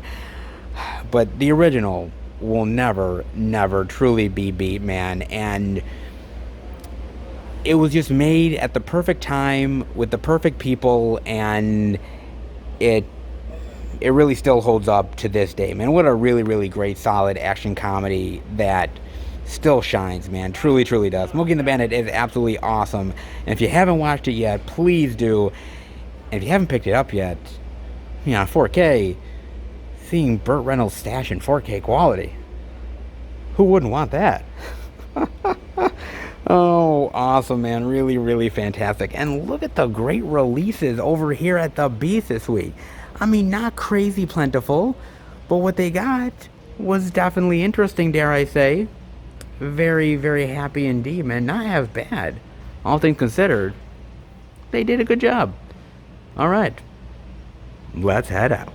So Best Buy still has a ways to go, okay? I mean, it still is a little bit empty in spots. Yeah, it kind of is, guys. But they are getting better. And I actually, truth be told with you guys, I was actually walking in here to this Best Buy thinking to myself, ooh, we've seen some actually decent stuff from the second store on, but I was like, it's a decent release week, but I can see where Best Buy is not going to have a lot of stuff this week, and I could see, like, okay, there's not a lot of stuff to show off or talk about, and it's just going to be kind of a dead zone here. But Best Buy surprised me. It really did. And so it just goes to show you guys that you don't count out any place until you go in and check it out, because it could surprise you. I mean, let's be real. Best Buy hasn't exactly lighted the world on fire as of recent, but this week, I think they actually did the trick, all things considered. I mean, I think they did. I was actually really pleasantly so surprised with Best Buy overall, man. And it just goes to show you that if you stock the physical media, if you put it out, people are gonna buy it. I saw people here that are actually picking up new titles. They're looking for the new stuff, man. And it just makes me feel good to see Best Buy putting out these titles and to see them still believing in physical media. I can't say that every week is going to be great. I can't say that every week is really going to make an impact here at Best Buy. But if these stores still see that physical media is popular, if they still see that it's worth diving into, and people are willing to still give their hard-earned money to it, then I think they will still give it a slot here at the Beast, still give it a slot among all of the media, and still give it its voice that it so richly deserves. That's just my thoughts, guys. I don't know about you, but to me, physical media is that important, and I don't want physical media at Best Buy to just be like these small little shelving areas. I want to see it really thrive and continue to thrive. Yes, we're in 2021. Yes, digital has taken over in a lot of ways. But that doesn't mean that we still can't get physical media in stores. It still doesn't mean that we still can't get great releases. It just means that stores have to give it a chance. And we, as movie lovers, have to fight for it. And if we do, then these places will continue to stock it. And so I'm happy to see Best Buy still putting out the physical media and still giving it a place that people can still want to buy it. And as long as we speak with our wallets, as long as we end up giving them a reason, then physical media will stick around. Best Buy is one of the last really good ones left at times. Sometimes they have things that some of the other stores have, so I want to see Best Buy keep it around. I really do. So seeing the new releases here, seeing a lot of physical media love, definitely makes me a very, very happy man. I hope it does you as well. I mean, come on, it's physical media. Why wouldn't you love it? Not half bad this week, dare I say. Not half bad at all. New releases, Steelbook love, some titles we have not seen yet. I think the best thing delivered this week. I truly do, man. I hope you think so too. Not half bad. How about we head home and finish the video? Alright, everybody. That'll do it for the Blu-ray and DVD out and about video this week. And boy, was it a very interesting and fascinating week of physical media. Sometimes seeing not much, and sometimes seeing a lot. Actually, kind of a nice little progress for the day. Zippo to a little bit of goodness to a little bit more, and then a lot more. It was actually a nice progression for the day, dare I say. Sometimes we have it ass backwards, and this time, truth be told, at the end of the day, we did see most of the media at all the places. So at the end of the day, it all worked out for us. Truth be told, okay? It just started out like, I don't know how this is gonna go, but at the end of the day, it all paid off, dare I say, man. And let me tell you, it is wild doing these videos, man. It really is. So I was at the first Walmart location filming, and there was a guy who was stalking me at the first Walmart. I kid you not. He was kind of looking at me and staring at me, and he wouldn't take his eyes off me. And I know some of you guys are thinking, oh, well, maybe he knows about you and knows about the channel. I kind of doubt that because I think he might have said something at some point. No, he was just literally stalking me. And that was a little creepy, I'm not gonna lie. And then at um at Best Buy, I was going to the checkout and one of the ladies in customer service was there and she's like, "Oh my god, I was just talking about you." And I'm like, "Talking about me? What the hell were you talking about me?" She's like, "Yeah, I haven't seen the movie guy in a couple of weeks. I wonder, if he's still around." And she's like, "You're the movie guy now." And I'm like, "Oh, I'm officially the movie guy around here." Oh, okay. And she had another employee with her, and she's like, "Oh, this is the guy that I was talking about." Oh my!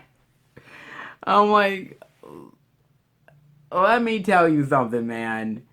It is it is an adventure doing these, and you go through some crazy moments with some people, man.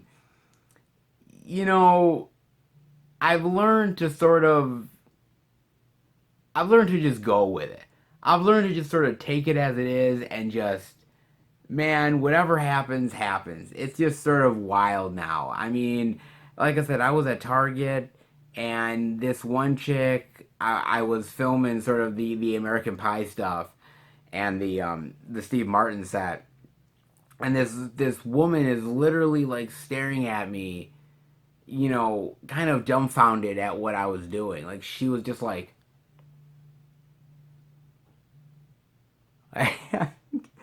and I was like, "Geez, take a picture of it. It might last longer." Like I'm like, what the?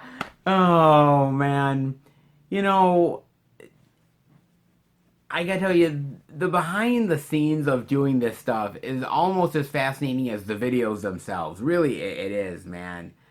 Boy, I've had some wild, crazy experiences doing this, and there's always something that happens every single week where you're just like, my God, what else can happen?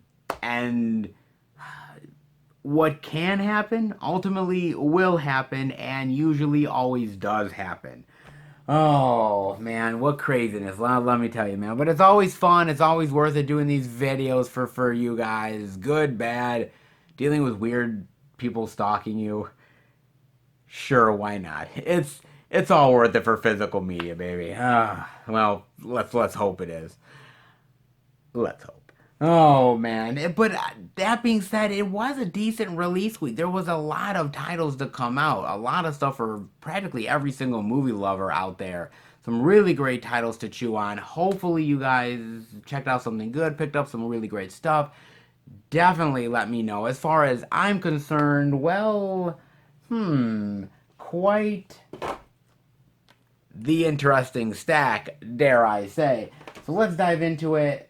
And I wanted to just talk briefly about the first two titles that I ended up getting at the post office from you guys. First of all, I did open up the disc for The Perfect Weapon, and the disc was rattling around, but it's all right. There's no scratches on it. It's all good. So this one is in really great condition, and I believe this was from Tommy. I want to thank Tommy so much for sending this to me. He's been sending me a lot of Olive title stuff that I've never had in the collection before. Yet another one to add. This looks very interesting with a martial arts sensation I've never heard of, and Mariska Hargitay. That's fascinating. I'm ready to dive into that one for sure, man. And whoever ended up sending me the Mikey MVD title, honestly, don't beat yourself up about it. I mean, I'm not gonna lie, and I'll show it again, man. This thing is beat to shit. I mean, it is beat to crap. It really is. It is warped. It is dented in majorly, badly. This thing took a beating. That's for damn sure. And maybe it was the post office. Maybe not. But even if it was, Amazon doesn't do themselves any favors because their packaging is dog shit. Okay, they barely package it well enough for it to not get damaged. I mean, I'm surprised that most products don't come literally squished in half the time because it's like, wow, the protection that you put on these things is like practically nothing. So I'm happy that I got this. Look, at the end of the day, it's free, and I appreciate that you guys go out of your way to give me stuff. But I am gonna try to find a new slip for this title. I am gonna try to see if I can find something for it because I do love my slips, and it's actually kind of interesting, right? Because I'm on these Facebook groups, and they're always saying, "Oh, Amazon has these slip covers, and I got one in the mail." And I'm thinking to myself, how good was the slip cover? I mean, what condition did the slip cover come in? You might have got the slip cover, but let's be real. What condition was it in, man? Because I guarantee you it probably wasn't in the greatest of conditions. And another time where Amazon definitely let us down. Oh, baby. That's why I'm always saying, man, any of you guys who are ordering anything with slips, any limited stuff, you got to order from these sort of, you know, boutique physical media places that really will go out of their way to package stuff and really preserve the product for you guys. Orbit DVD, Diabolic DVD, Grindhouse Video, and a lot of other indie labels that will go out of their way to do good for you guys. But man, Amazon is a gamble, and sometimes you end up thankfully getting a really unscathed product, perfect condition, and other times, well, you get the MVD version of Mikey. So I am very interested to check this one out, guys. All things considered, it looks really, really cool. I like the story, some of the actors in here. I definitely will see if there's another slip somewhere that I can pick up along the way. But in the meantime, I definitely will enjoy the disc. So thank you for sending it to me, whoever did. I really, truly appreciate it. You could have never known that it was going to happen with Amazon. You could have never known. It was just a gamble. It's playing Russian roulette, and a lot of times I hate to say it, but well, sometimes the Russian roulette ends up tagging your ass, and this time definitely did. But look, still titles worth diving into, and I definitely will. So thank you guys so much for the love on these ones. For sure, I greatly appreciate it. And I also ended up actually picking up a title at Best Buy, and that is none other than Backdraft, baby. The 30th anniversary edition of Backdraft. Now, I got to admit, guys, well, I kind of was interested in it because I don't have it in the collection, but when I was picking this one up, and I kind of held one off to the side just in case because there were two copies left. When I was about to ready to leave and I was kind of thinking back and forth whether or not I was going to get this, I went back to the new release section and the other one was gone. Somebody took it. And so I was like, okay, I got to think faster because if I put it away, there's a pretty damn good chance that come next week, this title's not going to be there. And so I've got to think, am I going to get this thing or am I not? And I decided, you know what? I'm going to pull the trigger on Backdraft, man. I love the movie. Never had it in the collection, so I figure, why the hell not?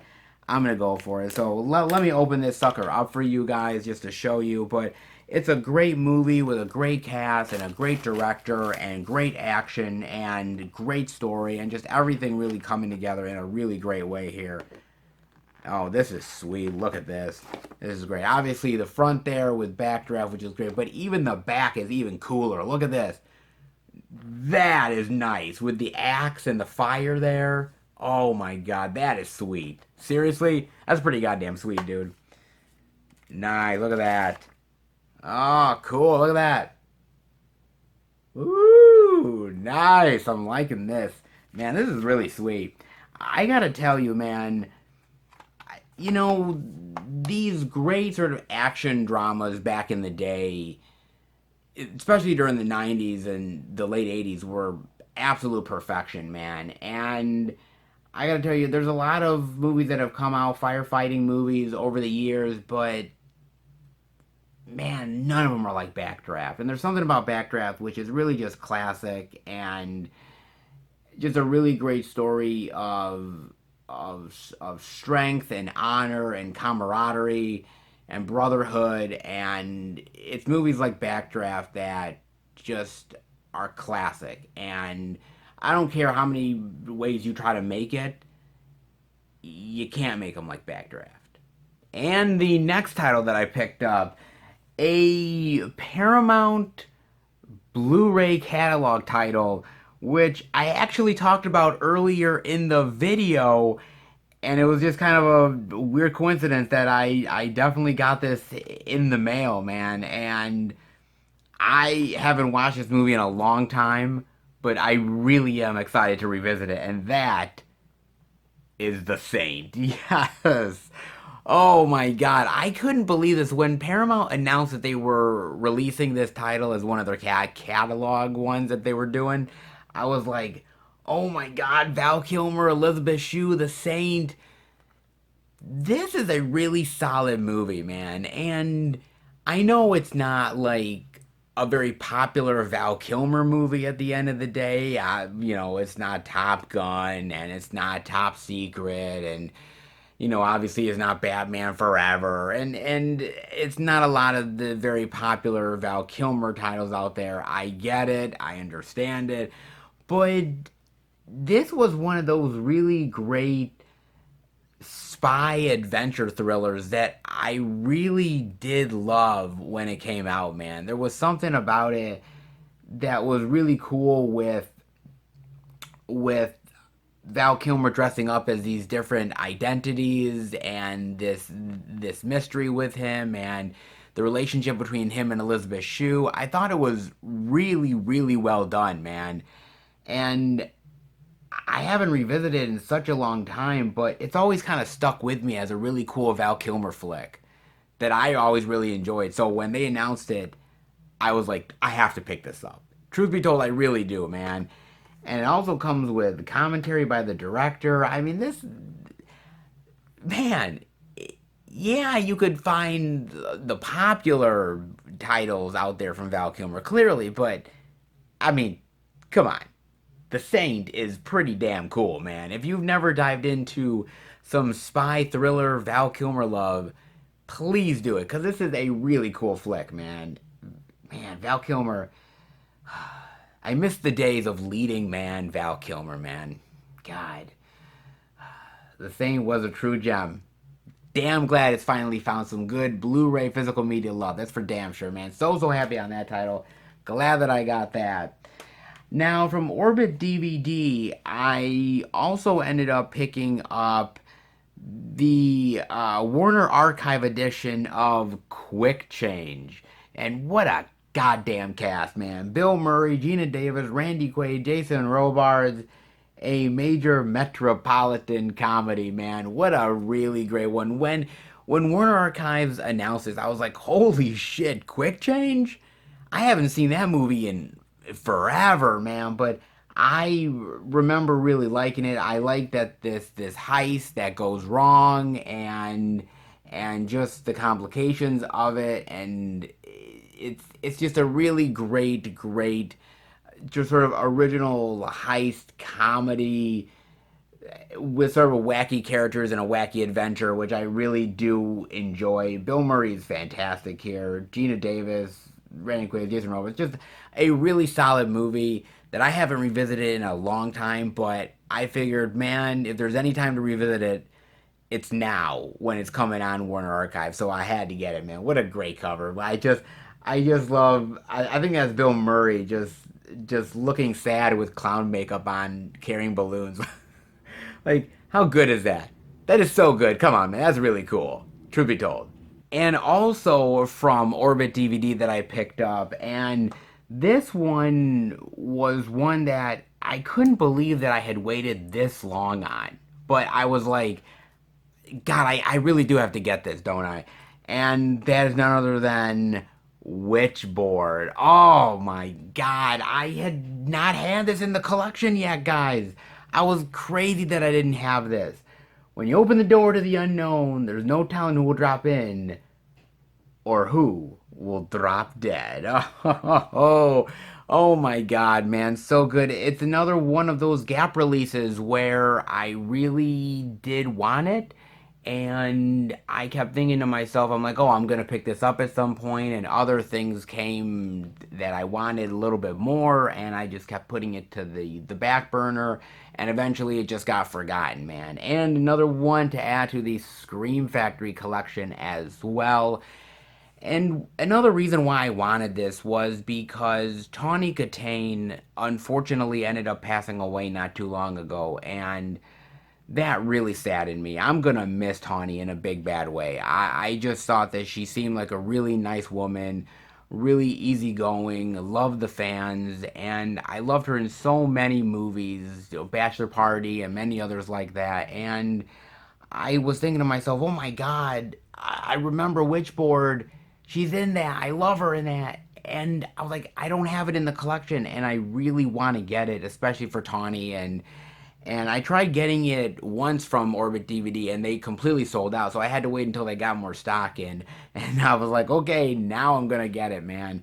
I love this movie. I really do. Tawny is great here, and so is everybody else. Of course, this is directed by Kevin Tenney, of course, who did Night of the Demons as well. And so this was a no-brainer to pick up, man. I love this movie, and it's just kind of crazy the fact that I've waited this long. But with Tawny's death, I felt like I really needed to have it in the collection, man. And it's just a great movie, regardless. So you know, rest in peace, Tawny. You're gonna be missed, and it's movies like Witchboard that I am just gonna love for such a long time. And I know that the fans are gonna cherish your movies forever, man. So Witchboard, so happy to finally have this in the collection, man. Way overdue, man. That's for damn sure. So definitely happy on that one.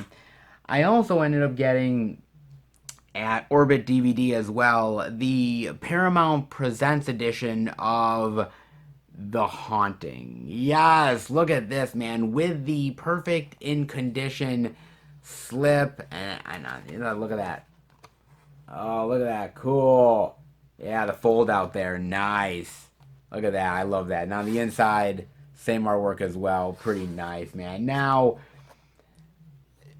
okay, this is not a great haunted house movie, to be fair. It really isn't, okay? It's a remake of an old Robert Wise movie from many decades ago. And it's a little too reliant on CGI. I think some of the acting doesn't come off the greatest. I think some characters are kind of miscast. I'm totally looking at you, Owen Wilson. and and and yet I still think there's moments here that I really like. There's moments here that I really enjoy. And I like the creepy actual like the haunted mansion. I really love Liam Neeson here. And one of the reasons why this movie was as high profile as it was is if you remember that this movie, I believe, came out in 1999. And it came out like a few months after Star Wars Episode 1. And it was this big, like, everyone was like a big year for Liam Neeson. Like, he's got Star Wars Episode 1 and The Haunting. And everyone was really like, wow, he's such an A-list actor. He's doing A-list projects. And I'm like, if they only knew. I was like, but I still think it's a really fun movie, regardless of a lot of the issues and a lot of the problems with this movie. It's not a perfect movie, not by any stretch of the imagination, but I still think it's fun. I still think it has some really great, creepy, atmospheric moments that I really do enjoy. And I did want it in the collection, so I figured why not get the Paramount Presents thing. Orbit DVD had it with the slip came in great condition, so lucky me, man. Another creepy, atmospheric, haunted house flick in the collection. Can't say this is perfect. Can't say it's the best of the bunch, but flaws, warts and all, it has its charms. We'll put it that way. Not half bad, man. I got The Haunting. And also from Facebook Marketplace, two titles that I've been wanting for a really, really long time. Two out of print titles that I've been wanting for a really long time. The first is the Scream Factory double feature of Blackula Scream, Blackula Scream. Oh my god. Guys, I have been wanting this for a really, really long time. I have, man. And this is another one of those titles that I just sort of slept on.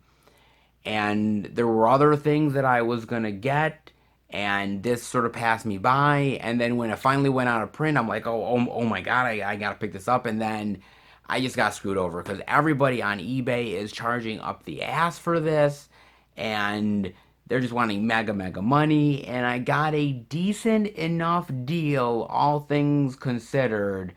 I paid, I believe, like $60 for this, and I know like $60 is a lot of money. And trust me, when it comes to this, I didn't want to pay $60, but if you look at what they're charging on eBay, 60 is actually pretty reasonable, all things considered. It's in great condition. The artwork is, the disc is minty fresh, and so I decided, why not, man? I'm gonna do it. And so finally, to have this double feature in the collection, and trust me, I have a feeling that this double feature is only gonna go up in price more and more. So I'm very happy to finally get my hands on this double feature goodness by far, man. Very happy.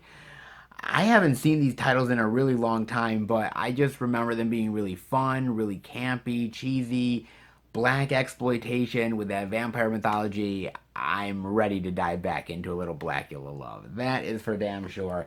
Very nice. But that is not all, because yet another Scream Factory double feature as well, guys. And this one I have been on the hunt for a very long time, and I finally got it, and I am beyond over the moon. And that is the Scream Factory double feature of Troll and Troll 2. Yes! Oh, finally I got it, man. Look at this. Look at this, baby. Apartment for rent.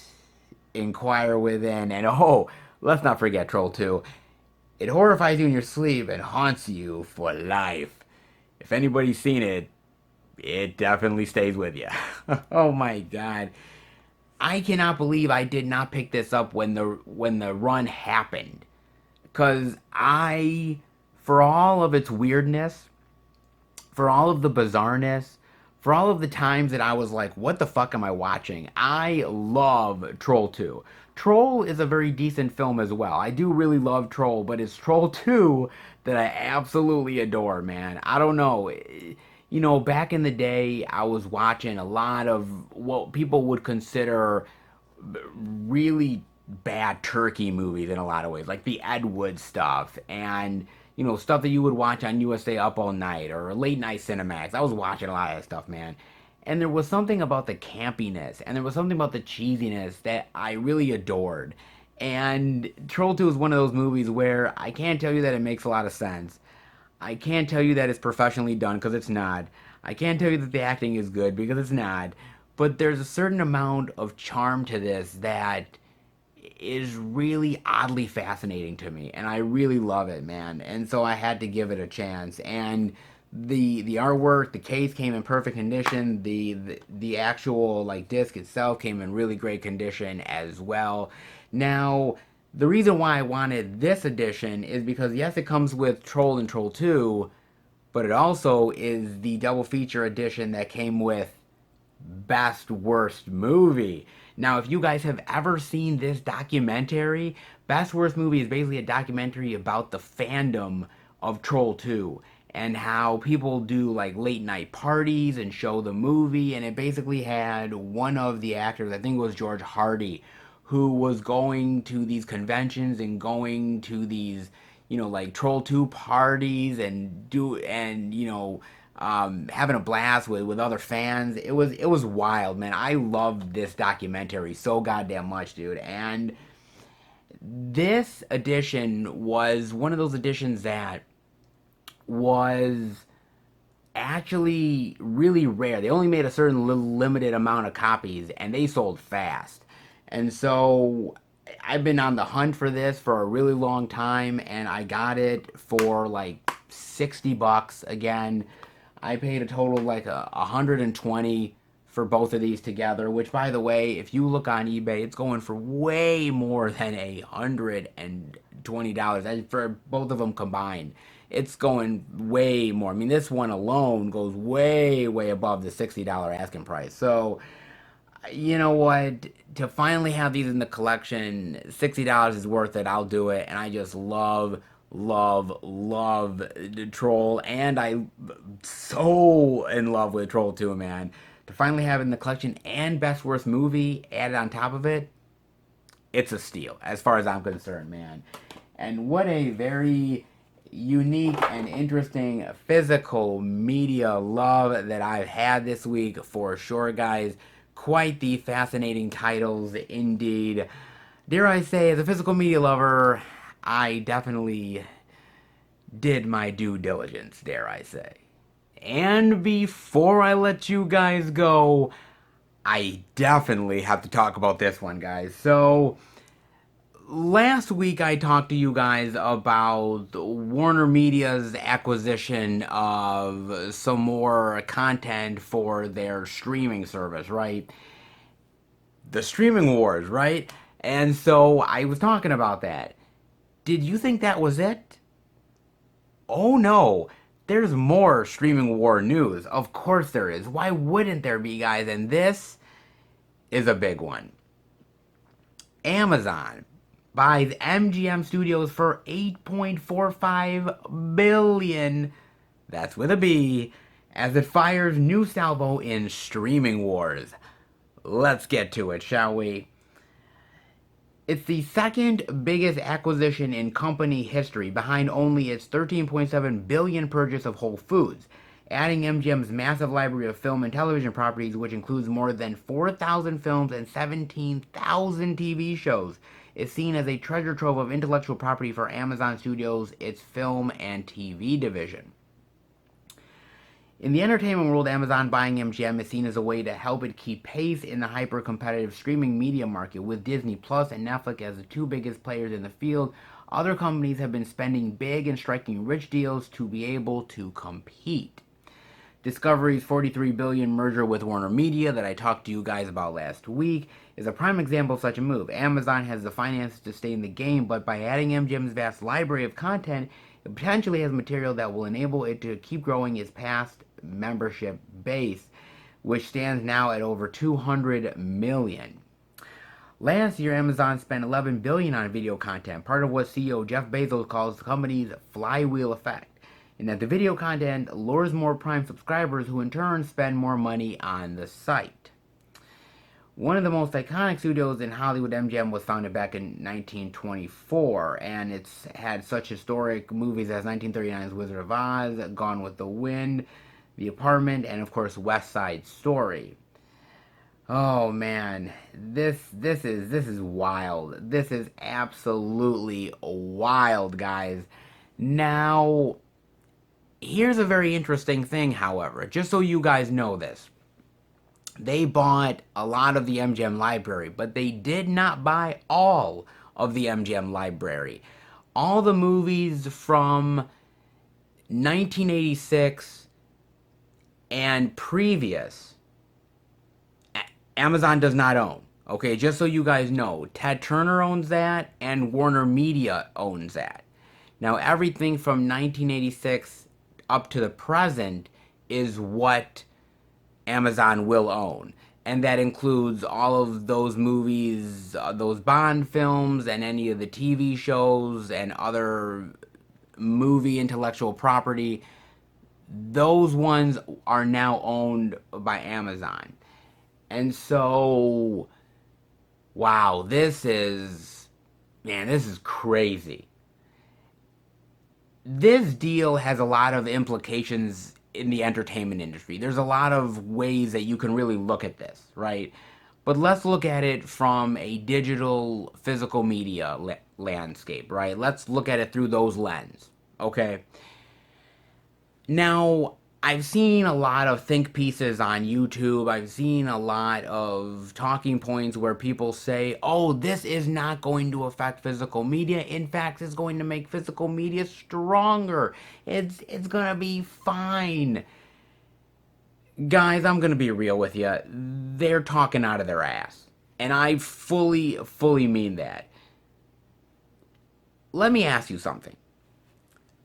You know, when Disney bought Fox, we were all so excited about the X-Men and all that properties going to Marvel that we never really took into consideration the idea that a lot of those Fox properties would get shelved and basically put away and evolved forever, never to be seen again. And that's what's exactly starting to happen with those titles.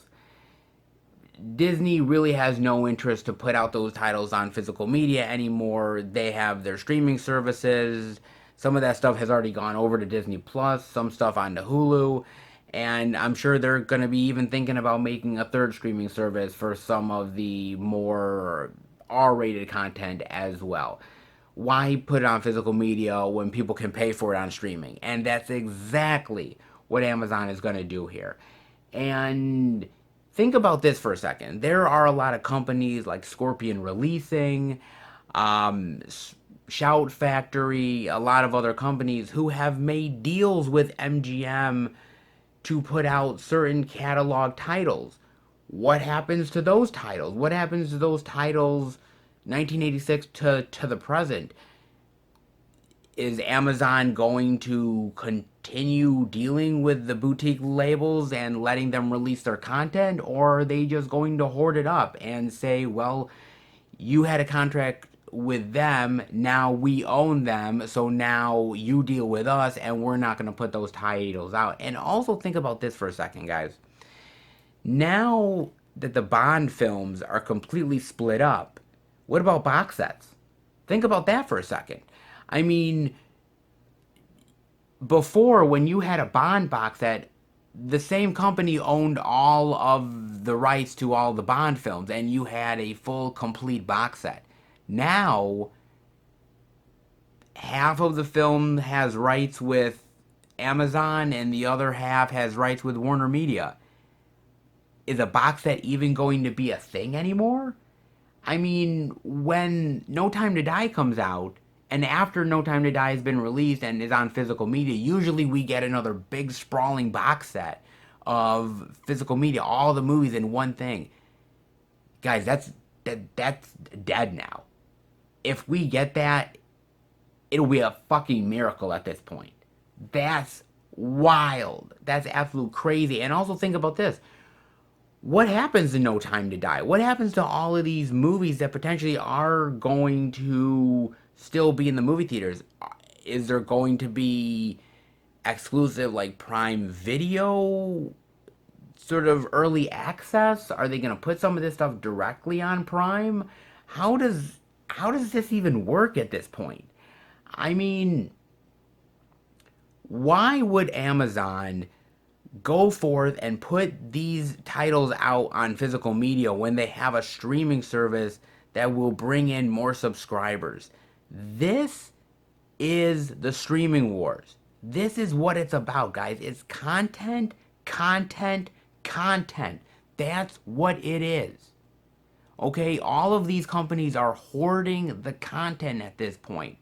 Universal, Paramount, they took all their stuff off of Netflix so that they could have it. The same with Disney. Warner Media is hoarding up. Amazon is hoarding up. Everybody is spending billions upon billions of dollars on content, just hoping to get your eyeballs to at least look at that content to actually make a quick decision of giving you their money. That's what it's about now, guys. It's not about the physical media anymore. I would love Trust me, guys, I would love if all of those MGM titles, which by the way, a lot of them have never even seen a physical media light of day. And if they have, maybe they've seen VHS, maybe they've seen a DVD release, but they certainly haven't seen a Blu-ray release, let alone a 4K. Jeff Bezos is not concerned about physical media, guys. He's not. When I hear these think pieces where they say, oh, Jeff Bezos is going to put out more physical media, this is good for physical media collectors, what fucking world are they living in? This is not good for physical media fans. I'm telling you guys right now, a lot of these MGM titles, a lot of the Bond box sets, if you guys have ever thought about getting some of these titles from 1986 to the present, you better get on that. And I mean fast, because I have a feeling that you're going to see a lot of out of print titles, and Amazon is not going to be interested in putting this out on physical media. And even if they are, let's say they are, it's going to be Amazon exclusives where they can charge up the ass, because if you want it, well, you're going to pay the money to us because we're Amazon and we own the world. So, and so it's like, I mean, at this point, it's almost like a fucking Doctor Evil meme at this point. I mean, come on, man. This is so crazy where the streaming wars are going now. And at this point, if you're a physical media lover, you find the content that you want and you get it, because I have a feeling that these companies, these streaming platforms, I mean, we're already seeing it now. They're not interested in putting out these titles on physical media. They're just not. And if they are, it's many, many, many years later. But they want the content, and they want to keep it on their site, because if they keep it on there, then you're gonna want to subscribe, because you're gonna want to watch the movie. Why would they put on physical media? It just doesn't. It doesn't make any sense. It doesn't benefit them digitally, and that's the way they're thinking, guys. So if you want these titles, it's up to you to get them, because I'm telling you that these digital overlords just don't give a shit. Look, I'm sure I'm gonna get a lot of people that say, "Oh, Seth, you're talking doom and gloom, and it's not gonna be that bad." You think that the eBay marketplace for some of these titles are bad now that go out of print? You just wait, because it's gonna be a fucking feeding frenzy, man. Because I'm telling you right now, it's starting to happen with Disney, and it's gonna happen with Amazon. I guarantee you it. I guarantee it, man. You know, at the end of the day, on one hand, I see this Amazon deal as an opportunity for certain things. Like maybe the rebirth of the Stargate franchise, and they could do more TV shows and movies on the Amazon platform, and revitalize that, and revitalize a lot of old school franchises. There's opportunities here for growth, and there's opportunities here to bring a lot of these catalog titles that have not really received a lot of love, and give them a little bit more vitalization, a little bit more of a higher profile on an Amazon Prime platform. At the same time, let's be real. These movies are going to get lost in a sea of algorithms. And that's just the truth of the matter, guys. I mean, there are so many movies on an Amazon Prime platform, just like there is on Netflix and on Disney Plus and Paramount Plus and Peacock and you name it, man. Apple Plus, whatever. And at the end of the day, these titles just get buried. And you have no idea. I will be with my girlfriend, and I will be on Netflix, and I'll just be flipping through stuff. Just random, movies just going up and down the search engine. And I'm like, oh my God, they have that? And I'll look at my girlfriend, I'm like, I didn't even know they had that. And how would I know when it's drowned in a sea of algorithm where the much popular stuff are put up to the top, baking shows and cooking shows and reality TV bullshit, and the other stuff just gets dropped down to the fucking floor where you can't find it unless you're literally searching the whole entire fucking service. And it's the same thing with Amazon Prime, and it's the same thing with Disney Plus. It's just a never-ending cycle of just just endlessly trying to find something that you want to watch. And even if you do, good luck trying to find it, man. And that's going to be the same. Yes, they're going to prop up the Bonds of the world and all these high profile things, the Rocky franchise, everything. Of course they're going to do it. Okay, it's a no-brainer. But what about the lesser known titles? What about them? Are they going to get the same type of love that the higher profile movies are? I guarantee you they're not, guys. They're going to get drowned. I mean, Amazon's happy to have it. They're happy to put it on their platform. But at what cost is it going to be to you? The fact that it's going to be absolutely lost? The fact that no one's going to find it? The fact that they're just going to bury this in a sea of other films and indie stuff and that just basically is just drowning it? Just dogpiling on it? I mean, what good is that? What good is a streaming service when you have to basically fight tooth and nail to find what you're fucking looking for? How is that fair? I mean, there's nothing. I can see the positives, but I can also see the negatives, and I can see the negatives in a really, really big light, guys. I'm gonna be honest with you. You know, physical media to me is precious. And it's precious because it keeps the original vision. It keeps this movie alive for physical media lovers out there. It keeps it alive for movie lovers because you own the title. You don't have to deal with a streaming service. And a lot of these titles now are really becoming very scarce. And I have a feeling that the future of physical media, because of these streaming wars, is that a lot of these movies are going to become out of print very fast. They're going to be going for major, major money. And at the end of the day, who gets screwed over? It's you guys. You guys are the ones that are going to get screwed over. Either you're going to be paying for the digital platforms to get those movies, or you're going to be paying out of your ass to get the physical media copy out of just a regular standard edition. But that's where the marketplace is going. And that's where digital wants it to go because they want it to be the better option for them.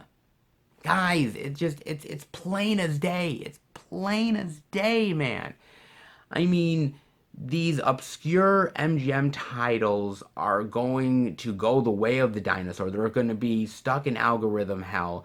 The physical media is going to be out of print. Sales are going to skyrocket on eBay. Prices are going to soar. On top of that, box sets are going to be much more difficult to be made. We've already talked about how, we were so amazed by the fact that Scream Factory was able to put together a Halloween box set, right? I mean, so many different companies to work with and to get all the titles into one box set. How amazing was that? Well, now for a Rocky box set, well, you're gonna have to work with Warner Media and you're gonna have to work with Amazon. And both of them are greedy companies. And how is that gonna work? How is it gonna work doing another Bond box set? How is it gonna work with all of this other physical media stuff? Think about it, guys. If you thought that it was not easy now, just wait until this sale goes final. Just wait until the end of this year, beginning of next year. I guarantee you, in a few years' time, there's going to be a lot of titles out there in the marketplace that are really going to get lost and it's going to be a feeding frenzy on both ends. And yes, you can see this in a positive light in a lot of ways, but you have to look at it at both angles. And I don't see this working out well for people on the physical media end. And I just see a lot of these titles that are going to get drowned out, and a lot of titles that are going to just be stuck in algorithm digital hell, and they're not going to be able to see any more physical media love, because I just don't see how Jeff Bezos gives a shit about physical. I mean, maybe I'm wrong. I hope that Jeff Bezos is sitting at home right now, and Jeff Bezos is like, Film Fan 108, God, I totally disagree with you. I love physical media. I own thousands of Blu-rays and DVDs and 4Ks at home, and me and the missus pick out all these wonderful titles to watch, and we love the bonus features. Yeah, I doubt it. I doubt it. He's seeing dollar bills. He's seeing money for the digital, because digital is the future. And this is becoming a turf war. It's becoming the turf war that you saw in West Side Story, for Christ's sake. They're just like dancing around in a circle with knives. And the knives are all of the titles that they have. I mean, it's just nuts. It's nuts, man. I mean, where does the merry-go-round end? I don't know, guys. I don't know where the merry-go-round ends. I really don't. But you know, these companies are going to hoard more titles. They're going to produce more content for these digital platforms that will never go on physical media, and we're just going to have to be stuck paying these digital platforms for content. And maybe the way it is now is maybe bootlegs is the thing. Maybe it's going to be a world of bootlegs now, because I just don't see where any of these companies outside of the big release titles are really going to be concerned with physical media. I just don't. Hope I'm wrong. I really want to hope I'm wrong, man. Because if I'm wrong, then that's going to make me a happy guy. But you know that I'm right. In your heart of hearts, you know that I'm right. And you know that these digital companies, man, these digital streaming sites,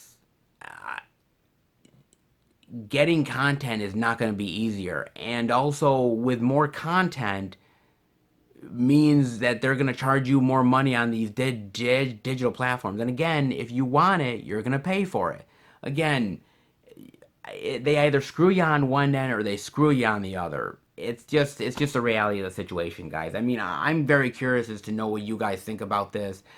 I see both sides, but when it comes to physical media, I gotta be real with you guys, and I just don't see a win-win here. Maybe a little bit of a win, but a hell of a lot of a loss. Definitely let me know what you guys think. And I hope you guys enjoyed this video. If you did, definitely give it the thumbs up. And if you're new to the channel, welcome.